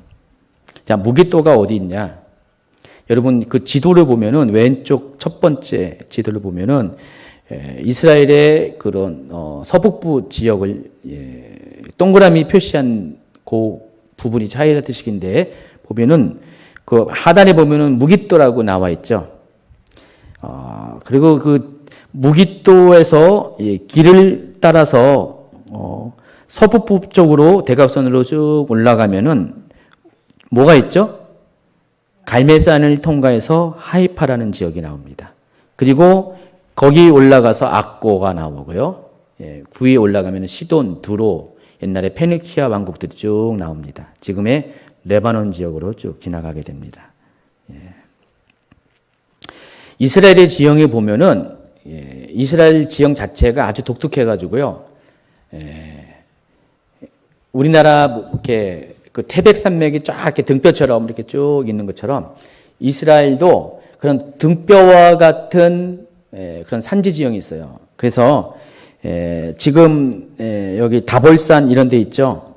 다볼산, 모래산, 길보아산 해가지고 요 밑으로 쭉 해가지고 계속해서 산지 지형이 쭉 나와요. 그러니까 이렇게 산지가 나와가지고요. 여러분은 알고 있는 지파의 이름을 가리켜서 에브라임 산지, 베냐민 산지, 유다 산지 이렇게 쭉 밑으로 북쪽에서 쭉 밑으로 흘러내립니다. 거기에 보면 아주 유명한 성경의 지명들이 많이 나와 있습니다. 세겜이라는 거, 실로라는 지역, 그리고 베델, 그리고 예루살렘, 또 베들레헴, 헤브론 이런 지형들이 그 산지를 타고 쭉 내려와요. 이게 전부 다 예루살렘 같은 경우도 한 700m 이상 고지에 있고요. 대부분 그런 고지 쪽에 이렇게 우리나라 무슨 태백산맥처럼 이렇게 있고요. 태백산 우리 대관령이 보통 높이가 700m, 800m 고원지대에 있잖아요. 다 그런 쪽이에요. 그런 높은 산을 타고 여러분이 알고 있는 유명한 성경의 그런 지명들이 쭉 나와 있습니다. 그래서 요 지명을 따라서 도로가 형성돼 있어요. 그러니까 산을 타고 도로가 형성이 돼 있죠. 산을 타고 쭉 도로가 계속되는데 이 도로를 가리켜서 족장의 길이라고 합니다. 들어보셨나요? 족장의 길. 바로 창세기에 남아있는 아브람, 또 이삭, 야곱 이런 우리 이스라엘의 선조들이 지나다닌 길이 바로 족장의 길이에요. 그리고 이 족장의 길은 아주 고대 시대 때 사람들이 많이 다니던 길 중에 하나였습니다. 이게 산지를 타고 등뼈처럼 이스라엘 중앙을 통과하는 길이고요. 또 해안지대에 보면은 해안 평야를 중심으로 해가지고 길들이 있습니다. 이걸 이렇게 해서 해안길이라 그래요. 해안길. 그래서 이 해안길을 타고 내려다 보면 어디까지 가냐면은 이집트까지 길이 연결이 돼 있어요. 자, 그런데 이 지도를 보시면 알겠지만은 이 두 가지의 길이 왼쪽에 가이사르부터 이렇게 올라오는 이 길, 이게 해안길이에요. 이 길과 또 밑에 또 이렇게 또 빨간 줄로 서 있는 길이 있죠. 요게 바로 족장의 길인데 이 두 길이 어디서 교차하냐면은 무깃도에서 교차합니다. 여러분 이렇게 뒷장에 보면은 이스라엘의 곳 지역의 지형을 제가 따로 이렇게 캡처해 놓은 게 있습니다. 616페이지 보시면은 무깃도라고 보이죠? 영어로 써서 모르는 건 아니겠죠? 바로 옆에가 가이사랴 있고 거기서 동편으로 좀만 가면은 무깃도가 보입니다. 여러분 그 위성지도에서 보는 것처럼 해안길이 원래 가이사랴부터 계속 올라가야 정상인데 이 해안길이 여기서 멈춥니다. 이집트부터 오는 이 해안길이 여기서 멈춰요. 왜 그러냐면은 바로 갈멜산 거기 때문에 그래요. 갑자기 여기가 무슨 길이 쭉 이어지다가 해안에 아주 그냥 나즈만 해수면을 따라서 길이 쫙 이어지다가 갑자기 갈멜산 근처에 오면은 산이 팍 올라가 버려요. 그리고 길이 다 끊겨버리는 거예요. 그래서 할 수 없이 갈멜산 밑으로 옆으로 돌아서 그 산 능선의 밑부분에 계곡을 따라서 길이 형성이 돼요. 근데 그 길이 어딜 통과하냐면 무깃도를 통과한다는 거예요.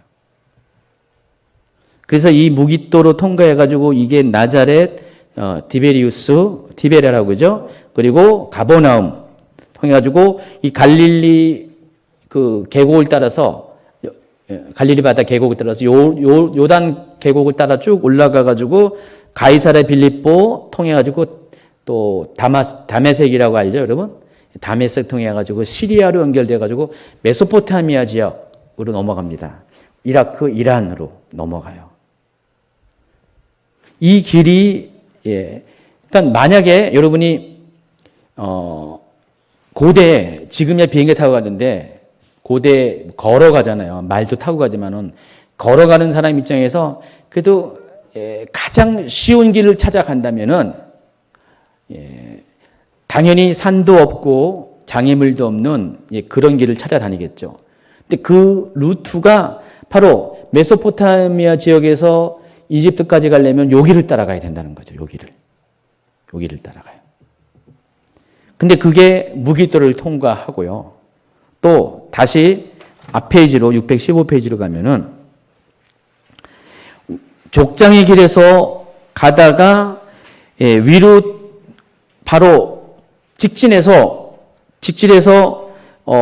갈릴리 쪽으로 못 가요. 왜냐면은 계속 또 산들이 있어요. 유명한 산들이 있어요. 길보아 산이 있고 모래산. 그러니까 여기도 마찬가지로 약간 좌회전 해가지고요. 무깃도로 지나가게 됩니다. 무깃도로 지나가서 이 지금 동그라미 표시한 요 상당 부분이 이스라엘 평야이라 그래요. 이스라엘 평야. 여기는 평야지대예요.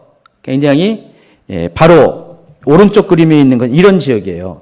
갈멜산에서 내려보면 여기가 이스라엘 평야거든요. 그래서 그러니까 산들이 많은 이스라엘 지역에서 아주 요 지역은 이렇게 평야를 이루면서 특별히 여기는 곡창지대예요. 곡창지대. 농사가 아주 잘 되는 지역입니다. 그러니까 곡창지대를 끼고 무깃도가 거기에 있어요. 그래서 반드시 위에서 남으로 내려가든지 남쪽에서 위로 가든지 해안에서 저 메소포타미아를 가든지 아니면 족장의 길에서 저 레바논 지역을 가든지 반드시 거쳐가는 교통의 요지 중에 하나가 무깃도예요. 그러면 아주 고대로부터 이 무깃도는 얼마나 사람들이 많이 왕래를 했겠냐 이거죠. 많은 사람들이 이곳을 통과해서 상인도 통과했고요. 또 군대도 통과했습니다. 전쟁이 벌어지면 어떻게 해요? 이 길 따라 다니는 거예요. 전쟁을, 군사들이.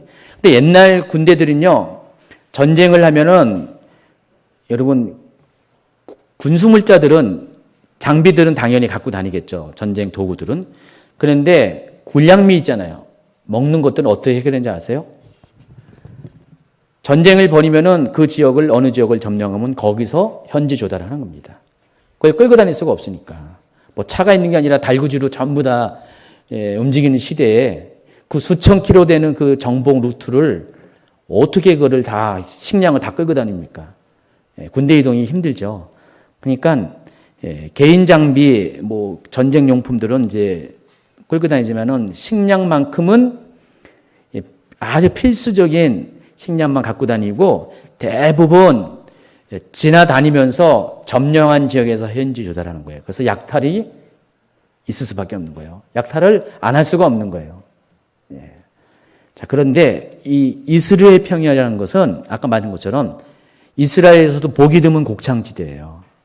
저기 블레셋 사람들이 점령한 블레셋 5개의 도시 있잖아요. 가자, 뭐 에글론 이런데 이런 곳도 굉장히 곡창지대인데 이스라엘 평야도 이스라엘 입장에서는 굉장히 곡창지대라는 것입니다. 이렇게 봤잖아요. 굉장히 우리나라 꼭 논밭 보는 것 같잖아요. 우리 논 보는 것 같잖아요.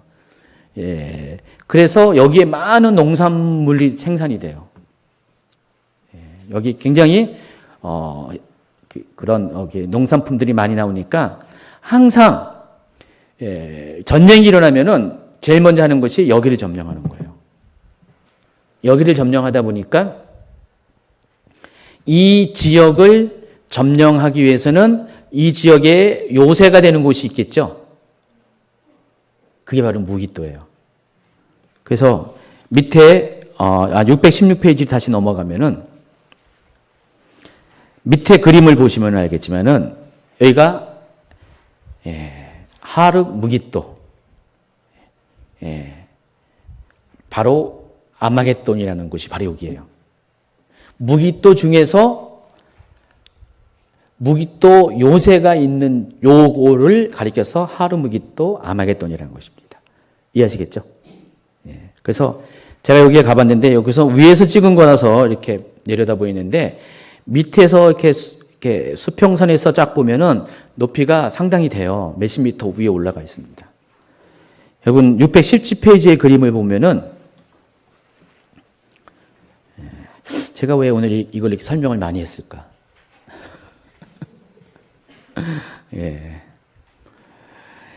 이 3층으로 이 무기또가 하르 무기또가 이렇게 형성이 되는 것을 알 수 있어요. 맨 밑에는 원래는 이게 이 언덕이 맨 밑에는 텔 수준이었어요. 정말 이렇게 작은 언덕이죠. 텔 수준이었는데 이 텔이 점점 높아져 가지고 하르까지 올라갔는데 보시면은 원래 이 황토색으로 된 것이 원래 내추럴한 원래 그 무기또의 지형이었어요. 근데 이게 요새화되면서 점점 흙이 올라갑니다. 그래서 맨 두 번째 지층에 뭐가 해서 가나안 시대 때에 그런 요새화된 그런 지역이고요. 그 위에 이게 다 덮여지고 그 위에는 이스라엘 시대 때 이스라엘이 여기 무기또를 점령한 시대의 그런 단층을 얘기해요. 그래서 이 무기또를 다 발굴하니까 각 시대별로 유적들이 막 나오는 거예요. 그게 왼쪽 오른쪽에 있는 거예요. 이걸 뭘 증명하냐면은 이 무기또는 아주 오래된 때부터 가나안 시대 때부터 고정된 요새라는 것입니다. 여러분 여리고가 굉장히 오래된 요새거든요. 여리고 보면은 그 땅을 파면은 아주 그냥 몇 천 년 전부터 있었던 망대도 나오고 막 그러거든요. 여기도 똑같아요.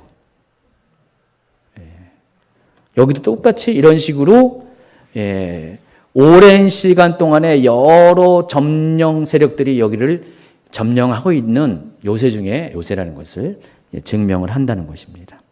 그래서 왼쪽에 다시 그림을 보면은 616페이지 보면은 굉장히 넓어요, 여기요. 굉장히 넓습니다. 제가 가본 그런 이스라엘의 여러 가지 텔로 시작하는 요새들이 많았는데 그 중에서 가장 넓었던 것 같아요. 아마 이 지름이 몇 킬로를 내는 것 같았어요. 옛날 시대에 이렇게 넓은 데는 드물거든요. 여기에 보면은요, 솔로몬 시대 때 솔로몬이 여기에 마병들을 여기에 주둔시켰어요. 그리고 여기에 그래서 그 말 구유들이 유적으로 남아 있고요. 또 여기 보면은 대형 물창고가 있습니다. 여기 한번 가면은 위로 올라가 가지고 물창고 밑으로 통과해서 저 바깥으로 나오는 그런 관광 코스가 있어요. 그러면 굉장히 깊습니다. 물창고가. 그러니까 빗물이 비가 오면은 여기 다 모으는 거예요. 한 몇십 미터 밑에 해가지고 글로 이제 우리가 이제 이렇게 나왔는데 굉장히 넓은 요새고요. 여기서 보면은 이스라엘 평야가 다 보이는 거예요. 그러니까 갈멜산에서 이렇게 보이는 것처럼 여기서 보면은 이스라엘 평야가 딱 이렇게 보여요. 그럼 저기 막 쳐들어온다. 이쪽 남쪽 족장의 길 따라서 온다. 계곡을 따라오면은 이쪽에 남쪽을 보면은 군대가 쳐들어오는 게 보일 것이고요. 저쪽에서 해안이나 저쪽 갈릴리 쪽에서 아니면 여기 바닷가 지역에서 군대가 온다. 그러면 무기또에서 보면은 양쪽이 다 보이는 거예요. 다 보여가지고 결국은 통과할 것은 거길 통과하기 때문에 여기를 딱 잡고 있으면은 군대가 딱 잡고 있으면은 어디로 오든지 간에 지킬 수가 있는 거예요. 그래서 아주 오래전부터 여기는 군사 요충지라는 것입니다. 이게 바로 하루무깃도, 무깃도 산, 무깃도 언덕이라는 곳입니다. 이게 바로 요곳에 있어요. 그래서 여기는 교통의 요지인 동시에 또 전략적인 요충지고요. 그래서 전쟁이 벌어질 때마다 여기는 항상 뺏고 뺏기는 일들이 벌어집니다. 그래서 성경에 보면은 이집트의 느고 왕이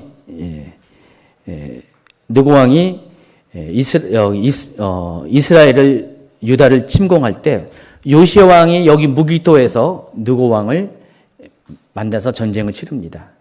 느고는 실제로 전투를 원하지 않았는데 요시야 왕이 하여간 전투를 원해서 전투 중에 요시야 왕이 전사하잖아요.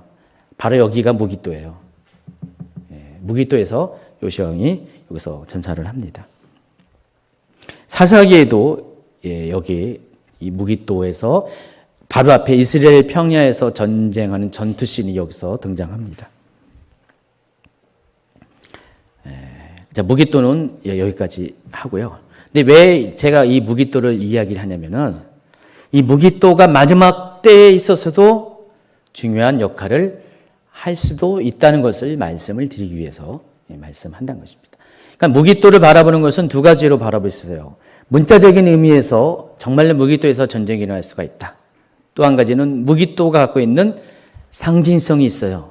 그러니까 모든 세력들이 모여서 싸울 수 있는 어떤 접전지로서의 무기도의 상징성이 있다는 것입니다. 그래서 이 아마겟돈 전쟁은 거기에 맞춰서 두 가지 관점이 있습니다. 실제 일어나는 전쟁이다. 또 하나는 영적인 상징적인 전쟁이다. 그렇게 보는 입장이 있다는 것입니다. 그래서 이 무기도를 바라보는 입장에 따라서 어떤 사람들은 실제로 동서양의 사람들이 여기서 만나서 전쟁을 일으킬 것이다 라고 보는 사람이 있고요. 단지 무기도는 이런 두 가지 세력이 교차하는 어느 지점을 말하는 것이고 단지 이것이 물리적인 지점을 말하는 것이 아니라 그러니까 동서의 세력들이 서로 양보할 수 없는 접전을 펼칠 수밖에 없는 어떤 상황들 이런 것들을 말하는 것으로 이해할 수 있는 상징적인 해석을 하는 사람이 있다는 것입니다. 그러나 두 가지 모두가 다 100% 만족을 시켜주는 아니고요. 이 아마겟돈의 전쟁은 이런 식으로 해석할 수 있어요. 물리적인 전쟁은 맞아요. 지금 618페이지 하고 있습니다.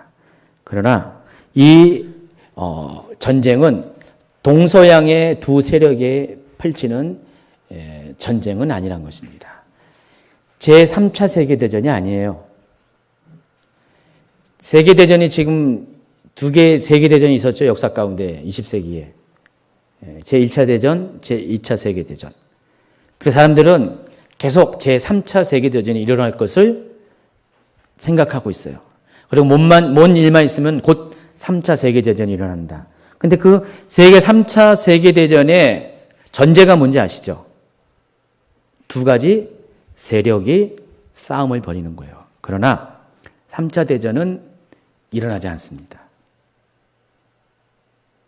너무 좋아요. 전쟁이 안 일어난다고 해서. 전쟁은 전쟁이 맞는데 우리가 생각하는 그런 전쟁은 아니라는 것이죠. 어떤 서방과 또 공산 진영의 전쟁이 아니고요. 독재와 민주주의 전쟁이 아니라 전쟁은 전쟁인데 이 전쟁은 하늘의 군대와 이 땅의 군대와의 전쟁이에요. 그래서 제3차 세계대전이라는 그 이름은 맞지가 않는다는 것이죠. 하늘의 군대와 이 땅의 군대가 마지막으로 전쟁이 일어난다는 것입니다. 그런데 만약에 그 전쟁의 장소가 두 증인의 사역이 계시록 11장에 보면은 예루살렘 성전을 중심으로 두 증인의 사역이 일어나요. 아세요? 11장을 자세히 보시면은 두 증인이 어디서 사역을 하냐면은 예루살렘 성전에서 사역을 해요. 예루살렘 성전이 그때는 제3성전이 완공이 되어 있어야 한다는 것이죠. 제3성전이 지금 없잖아요. 성전이 없는데 제3성전이 완공이 되면은 두 증인이 바로 그 장소에서 복음 전파의 사명을 감당합니다. 그리고 큰 성 바벨론이라고 말한 그 세계 단일 정부가 어쩌면은 그곳에 위치할 수도 있어요. 세계 단일 정부의 헤드쿼터가 거기 있을 수가 있다는 것입니다. 왜 그래요? 제3성전이 세워지고 그 제3성전에서 높임받는 게 누구예요? 적그리스도예요. 그러니까 적그리스도의 우상이 거기 세워질 거예요. 제3성전에. 그래서 예루살렘을 중심으로 해서 세계 단일 정부의 헤드쿼터가 있어질 가능성이 충분히 많다는 것이죠. 근데 만약에 전쟁이 일어났다. 전쟁이 일어났는데 하늘의 군대가 예수님을 따라 내려왔고요. 또 적그리스도의 군대가 또 대항하는 군대가 전쟁을 벌인다. 예루살렘에서 전쟁을 벌일까요? 어디서 벌일까요? 오늘 여기 보면은 무기또가 예루살렘 멀지가 않잖아요. 같은 이스라엘 영내 안에 있습니다. 그래서 무기또에서 실제적으로 전쟁을 벌일 가능성이 있다라는 것입니다. 그 지역에서. 그러면은 이것은 물리적인 전쟁의 직접적인 전투의 장소로 될 가능성이 있어요. 그냥 상징적으로만 풀 게 아니라는 거죠. 이게 가능성이 있다는 것입니다. 이해하시겠죠? 예. 근데 계시록 16장은 그 아마겟돈 전쟁을 설명하는 것이 아니라 준비하는 상황만을 보여줬고 계시록 19장에서는 실제적인 그 전쟁이 일어나는 것들을 설명을 해주고 있습니다. 자, 그럼 아마겟돈 전쟁은 어떻게 펼쳐지는가? 19장 19절 또 내가 보매 그 짐승과 땅의 임금들과 그들의 군대들이 모여 그 말탄 자와 그의 군대와 더불어 전쟁을 일으키더라 그랬습니다. 여기는 여기까지만 얘기해요. 그리고 나서 20절부터 바로 전쟁의 결과에 대해서 설명합니다. 짐승이 잡혔고 그 앞에서 표적을 행하던 거짓사도 함께 잡혔다. 그리고 이제 파란 글씨로 한 것이 이 둘이 산채로 유황불 붙는 못에 던져졌다 그랬습니다. 그러니까 아마겟돈 전쟁에 대해서는 19절에 이렇게 전쟁이 이렇게 벌어졌다 해놓고 그 결과에 대해서 이렇게 바로 설명하는 게 짐승과 적그리스도 말하는 거죠. 또 거짓 선지자가 전쟁에서 지고 잡혔고 그들의 행선지가 어디라고요? 유황불 붙는 못에 던져졌다. 이 유황불 붙는 못이 어딘가는 다음 이제 강의들에서 설명을 할 건데 결론적으로 말하면은 둘째 사망이라고 말하는 곳이에요. 이 둘째 사망이 의미하는 것이 영원한 심판의 장소를 말하는데 계시록 21장 8절에 나옵니다. 그래서 여기는 우리가 알고 있는 지옥이 아니라 지옥의 최종적인 장소예요. 지금 여러분이 알고 있는 천국과 지옥의 개념이 영원한 장소가 아니에요, 지금. 마지막 때가 되면 마지막 백보자 심판이 임하게 되면 천년왕국 지나서 완전한 이제 심판이 일어나잖아요. 지금 이 아마겟돈 전쟁 여기는 이 세상에 대한 심판이에요. 이 세상에 대한 심판. 근데 백보자 심판은 모든 죽은 자에 대한 심판이에요. 달라요? 다르는데. 근데 그 백보자 심판이 있고 난 다음에는 천국이 새하늘과 새 땅 가운데 내려오게 돼 있어요. 하나님의 보좌가 지금 천국에 있는데 삼층천에 있는데 그 하나님의 보좌가 21장에 가면은 영원한 왕국이 도래하면은 새하늘과 새 땅에 도래하면은 새로 펼쳐진 새 재창조된 세상 가운데 땅으로 내려오게 된다는 거예요. 그게 진정한 의미에서 천국이에요. 그러니까 천국이라는 의미가 아니죠. 더 킹덤 오브 헤븐이 아니라 저 킹덤 오브 갓 하나님의 왕국이 실제로 이 땅 가운데 임하는 시대가 도래하게 됩니다. 그러면 그거에 비해서 지금의 천국은 임시적인 천국이에요. 물론 오랫동안 갖고 있는 영원한 천국이 아니라 그 천국이 이 땅에 오게 되면 더 이상 위의 하늘의 천국이 존재할 이유가 없기 때문에.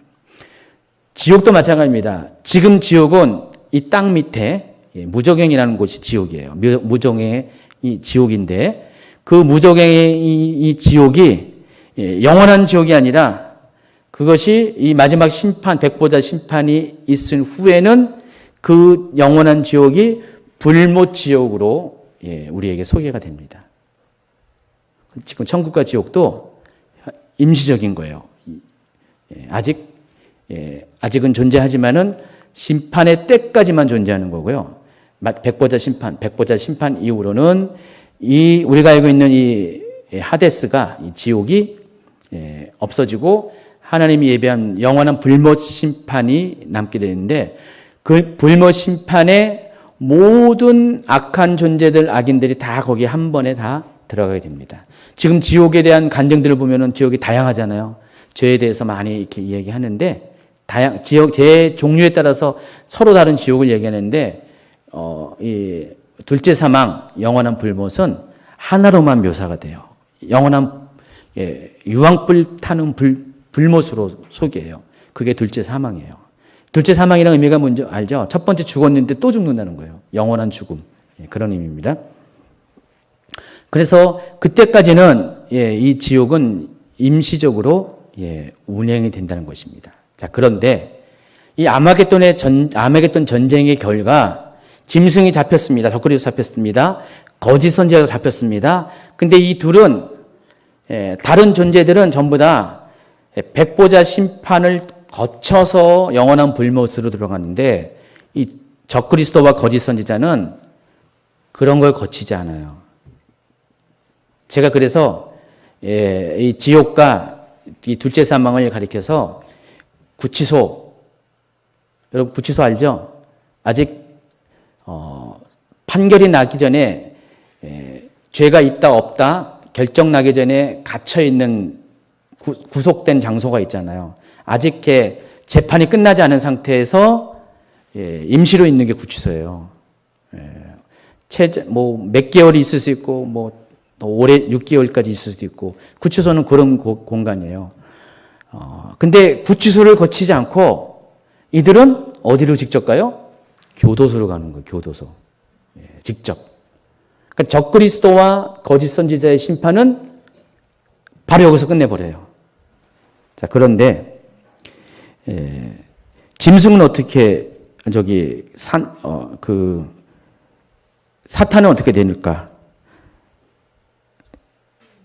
사탄을 보니까 20장 1절. 또 내가 보매 천사가 무저갱의 열쇠와 큰 쇠사슬을 그의 손에 가지고 하늘로부터 내려와서 용을 잡으니 곧 옛뱀이요 마귀요 사탄이라 잡아서 1000년 동안 결박하여 무저갱에 던져 넣어 잠그고 그 위에 임봉하여 1000년이 타도록 다시는 만국을 미혹하지 못하게 하였는데 그 후에는 반드시 잠깐 노이니라.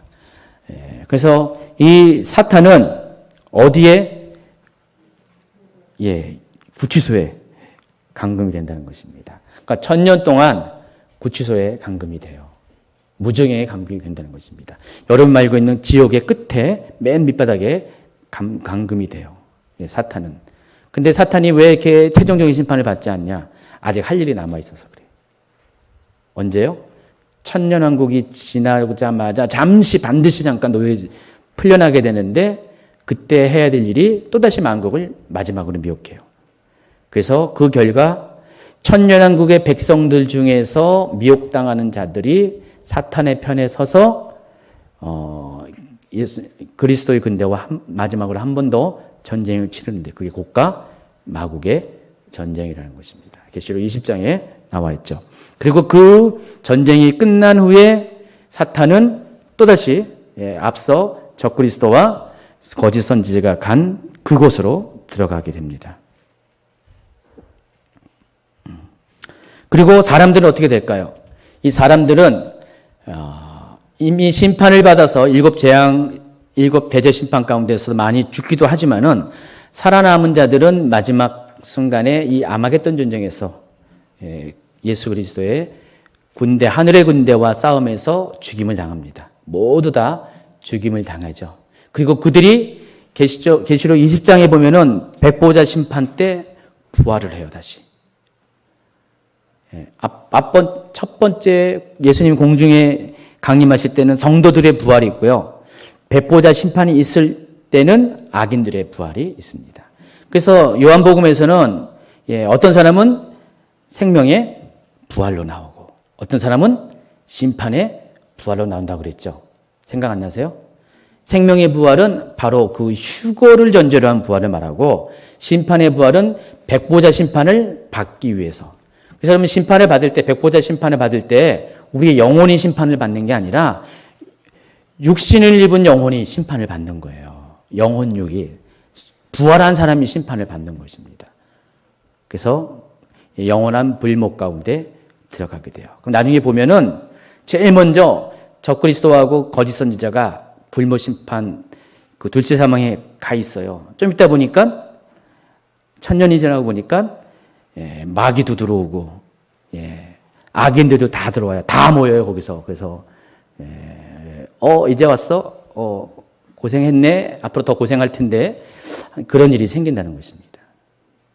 그래서 마지막 그 모든 것들이 다 종료된 다음에 새하늘과 새 땅이 도래한다면은 완전히 세상은 심판이 종결되고요. 하나님을 믿는 흰옷 입은 백성들은 전부 다 새하늘과 새 땅 가운데서 영원한 삶을 살 것이고 또 사탄을 비롯한 모든 악한 존재들, 악인들은 둘째 사망, 그 지옥불에서 영원한 고통을 당하면서 에버라스팅, 끝까지 영원히 존재하는 그런 삶을 살게 된다는 것입니다. 620페이지는 위에 있는 표는 바로 그것들을 설명한 겁니다. 몇 가지 오해들에 대해서 설명하고 결론을 내겠습니다. 이 무천년설을 주장하는 사람들은 이런 심판들에 대해서, 특별히 사단이 받는 심판에 대해서 이 무적응에 구금하는 것을 하나님께서 복음을 전하기 위해서 사단의 권세를 일시적으로 제한하는 것이다 라고 해석을 해요. 그러다 보니까 지금 이 시대를 가리켜서 천년왕국 시대라고 해요. 그러니까 교회의 시대를 가리켜서 천년왕국 시대라고 말합니다.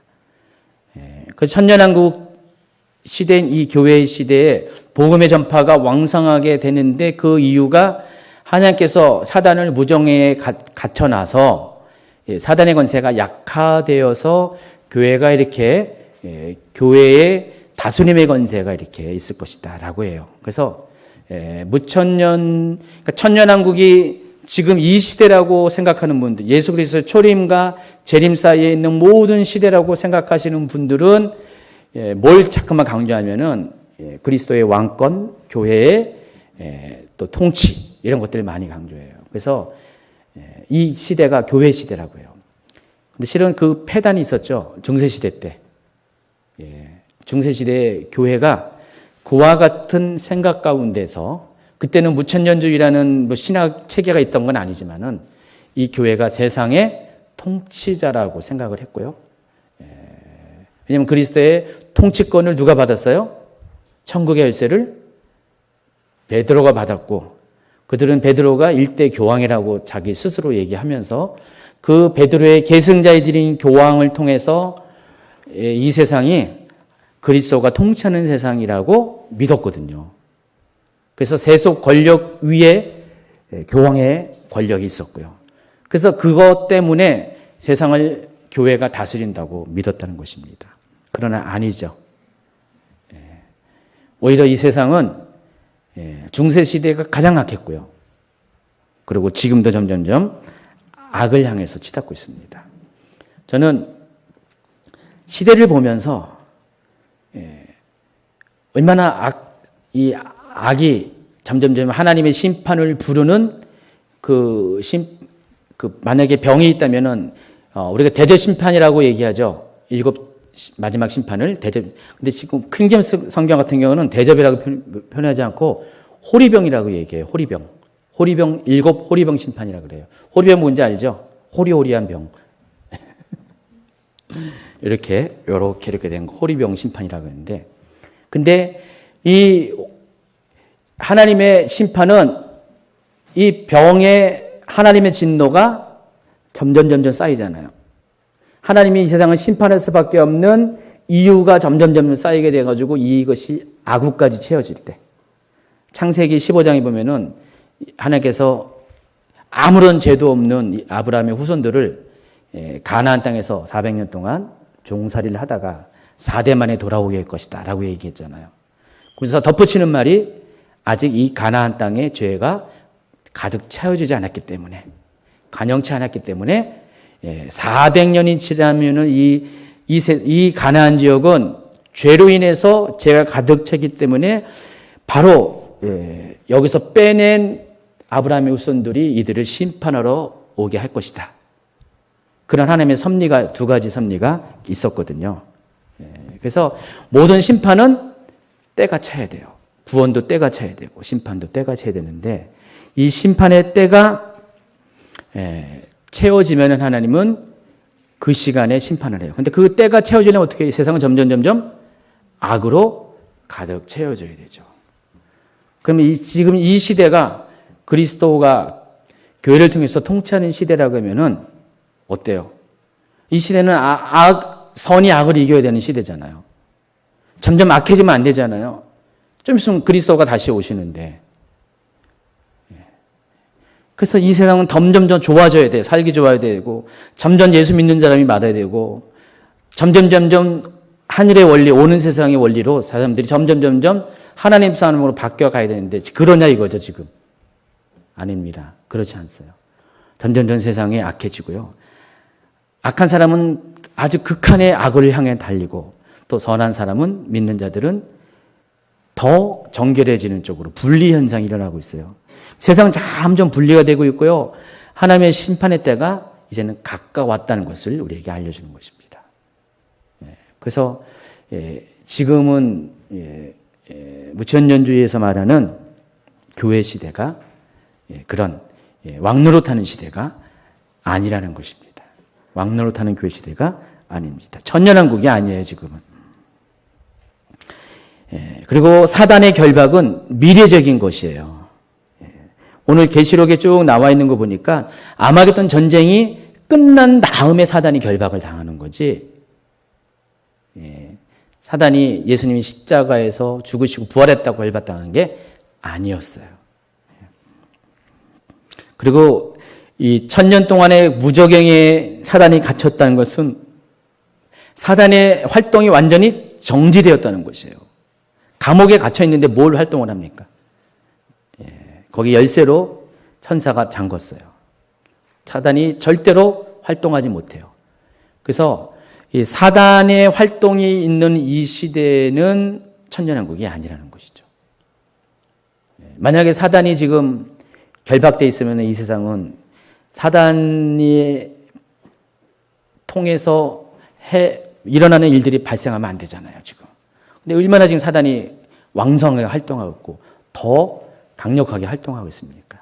완전히 무슨 가을에 보면은 모기도 그렇고, 저는 모기와 마귀를 좀 비슷하게 얘기하는데 아주 그냥 독이 올라가지고 막 사람들을 가을이 되면은 막 그러잖아요. 그렇죠? 최근까지 여러분 모기한테 시달림 당했잖아요. 마지막 때가 되면 그렇다니까. 가을이 되면은 종말이 갖고 오면은 그렇게 된다니까요. 점점 사단도 세상도 악을 향해서 점점 그 악의 농도가 깊어져 가지고 심판을 부를 수밖에 없는 상황까지 오게 됩니다. 그런 걸 보면은 무천년설을 주장하는 분들의 말한 것처럼 천년왕국이 지금 시대라는 것은 맞지 않는다는 것입니다. 두 번째, 세대주의 종말론을 주장하는 사람들은 미래적인 천년왕국은 받아들이지만은 아쉬운 게 한 가지가 있습니다. 아마겟돈 전쟁과 고가마고의 전쟁을 혼돈한다는 것, 같은 전쟁으로 본다는 것. 고가마고의 전쟁이라는 것을 문자적으로만 생각해서 그래요. 고가마고를 문자적으로 보면은 이란, 러시아 이런 나라들이에요. 그래서 이란, 러시아가 지금 이란하고 이스라엘이 대적하잖아요. 아주 극한적으로 대적하고 있잖아요. 그래서 곧 곡과 마곡이 이스라엘과 전쟁을 벌일 것이고 그 전쟁을 통해서 세계 제3차 대전이 일어날 것이다. 그래서 이스라엘과 관련된 얘기만 나오면은 특별히 이스라엘과 관련된 이란의 활동들을 보면은 굉장히 안테나가 아주 막 서는 거예요. 좀 있으면 아마겟돈 전쟁이라고. 곡과 마곡의 전쟁이라고. 바로 성경에서 말하는 그때가 지금이 가까이 오고 있습니다라고 굉장히 경보 신호를 보내요. 근데 아닙니다.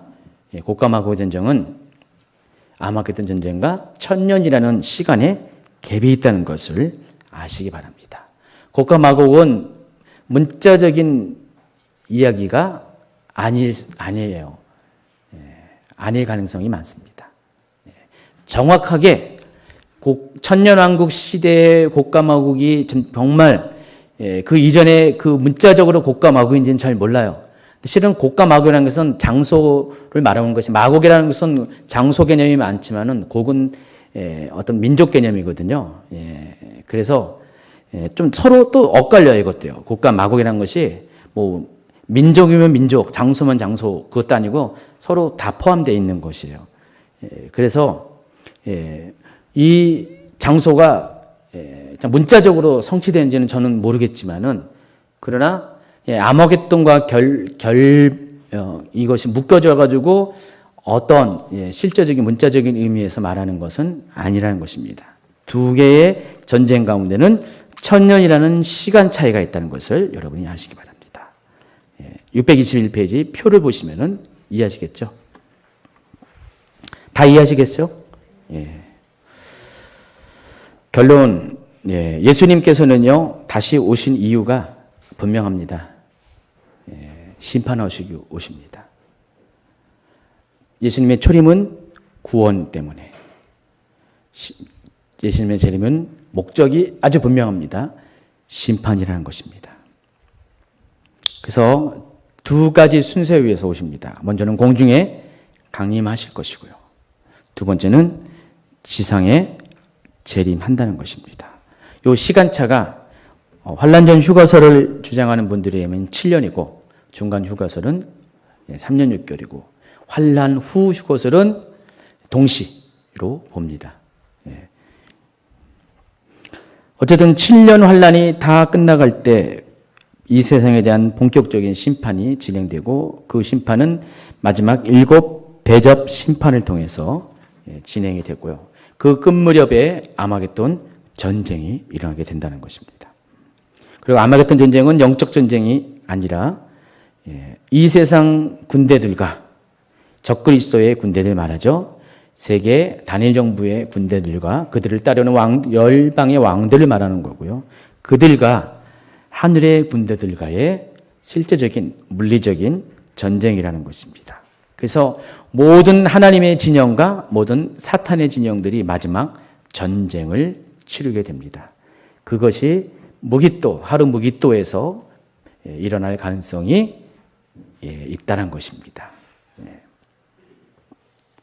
그리고 그 결과 모든 악한 세력들이 심판을 당하게 되고 사탄과 적그리스도와 거짓 선지자는 최종적인 심판인 불모 심판, 둘째 사망 가운데 던져지게 되고요. 사단은 잠시 동안 1000년 동안 무종행에 갇혀 있다가 1000년이 지난 다음에 잠시 또 방면당해서 세상을 한 번 더 미혹해서 곡과 마곡의 전쟁을 일으키고요. 또 악인들, 그들을 따르는 악한 사람들은, 예수 믿지 아니한 사람들은 그 아마겟돈 전쟁의 결과 모두 죽임을 당하고, 그리고 그들은 1000년 동안 지옥에 있다가 이제 지옥 탈출, 교도소 나오는 걸로 이제 자유가 있는 줄 알았더니 웬걸 부활은 했긴 했는데 영원한 심판을 받기 위한 부활을 경험합니다. 그것을 심판의 부활이라고 말하는 것입니다. 자, 요게 이런 계시록 19장을 중심으로 한 뒤에 남아 있는 것들의 대략적인 스토리입니다. 마지막 때는 이렇게 진행이 될 겁니다. 그래서 이 때는 여러분이 아셔야 될 것은 지금은 기회가 있어요. 돌이킬 수가 있고요. 다시 번복할 수가 있는데 그때가 되면은 돌이킬 수가 없어요. 번복이 불가능해요. 기회가 다시는 없습니다. 그래서 우리가 이제 앞으로 시간이 가면 갈수록 우리에게 기회가 줄어든다는 것을 여러분이 아시기 바랍니다. 그래서 이제는 두려움을 가지고 여러분의 구원을 놓치면 안 돼요. 목사님, 제가요, 그래도요, 내가 이날 이때껏 아주 모범생으로 살아왔는데, 그 주님 오시기 전에 잠깐만 바람 쐬러 갔다 오면 안 될까요? 그런 분이 있을 수 있지 않아요? 우리 딸애 중에서 둘째가 모범생으로 지 나름대로는 잘 했어요. 근데 어느 날 갑자기, 아빠, 엄마, 내 친구들은 그냥 고등학교 졸업하고 아주 그냥 자유롭게 사는데 나도 잠깐 너무 억울해서 잠깐 그러면 안 되냐고. 한동안 막 그랬었어요. 그래서 한번 그렇게 해봐 그랬죠. 실제로 한번 된통을 당해보라 그랬죠. 아니면 자꾸만 이렇게 쓴맛을 모르니까. 근데 얘가 아주 쓴맛에 아주 요만큼 점스러운 맛을 한번 보더니 아 이거는 할 짓이 아니야 하면서 이내 돌아오더라고요. 근데 이건 잠시 잠깐이에요. 근데 이 앞으로 시간이 갈수록 여러분 혹시 그렇게 요구하는 자녀들이 있다면은 아닙니다. 이제는 기회가 별로 없어져요. 구원의 문은 점점 좁아지고요. 이제는 사단에 한 번 잡으면 안 놔요. 딱 잡으면 이제 얼마 안 남기 때문에 아주 그냥 꽉 깨물고 풀어주지 않을 것입니다. 그래서 지금부터 여러분의 삶에 있어서 정결함을 뒤로 미루면 안 된다는 것입니다. 계속해서 여러분 단장하고 또 단장해요. 언제 주님 오실지 모르잖아요. 그렇죠? 오늘인지 내일인지 모르고 물론 이 조건들이 다 갖춰야 되지만은 이 조건들이 어느 날 갑자기 그냥 모든 퍼즐들이 탁 맞춰져가지고 주님 오실 때를 앞당길지도 몰라요. 그래서 늘 깨어 있어야 됩니다. 여러분 자신도 물론이거니와 여러분의 자녀들도 깨어 있을 수 있도록 필요하면 해초리를 때려야 돼요. 탁 해초리를 때려서 너 잠들지 마라. 깨어 있어. 라고 하면서 그렇게 깨어 있게끔 만들어야 됩니다. 깨어 있을 수 있는 가장 좋은 방법은 뭔지 아시죠? 하나님을 예배하는 것입니다. 계속해서 예배를 나오고요. 어떤 모임 가운데 계속 나오세요. 여러분 금요일 날 나오는 게 쉬운 거 아니잖아요. 그렇죠? 남들은 이 시간을 여러 가지 용도로 활용하잖아요. 근데 솔직히 어려운 얘기도 많이 듣는데 그럼에도 불구하고 계속해서 여러분 이렇게 예배에 집중하다 보면은 여러분도 모르게 이렇게 가랑비에 오시셨듯이 하나님이 적셔 주는 게 있습니다. 여러분 계속 듣잖아요. 들으면은 언젠가 다 생각난다니까요. 그게 들은 것이 믿음으로 작용을 하게 된다는 겁니다. 자녀와 엔타이멘에서 모르고요. 너무 어려워서 나는 재미없어요. 이렇게 무서워요. 어떤 사람 보면은 어렵다는 표현도 있고요. 무서워서 안 듣는다고 그러더라고요. 혹시 무서워서 안 들었던 분 계세요? 괜히 이 길을 잘못 들었으면은 내가 두려움에 빠질 것 같아서 아예 나는 처음부터 이 엔타임 안 들을 거야. 계시록 안 들을 거야. 나는 좋은 얘기만 들을 거예요. 하나님이 날 사랑한다는 얘기만 들을 거예요. 하나님이 나를 복 준다는 것 얘기 들을 거야. 막 그런 분 있잖아요. 나는 아주 엘레강스하게 아주 고고하게 살 거야. 하나님 사랑만 받고 살 거야. 막 그런 분이 있잖아요. 근데 여러분도 모르는 사이에 이 엔타임의 세상의 흐름은 막 여러 가지 다양한 방식의 유혹으로 여러분을 공격해 오거든요. 여러분도 눈치채지 못한데 여러분이 미혹당해요. 그런 세대에 우리가 살고 있기 때문에 점점 우리는 정보에 민감해야 돼요. 때에 대해서 그래서 이사갈의 기름 부음이라고 아시죠? 때와 시기에 대해서 어떻게 행할 바를 아는 것에 대한 기름 부음이 있어야 한다는 것입니다. 여러분들이 그렇게 되기 바랍니다.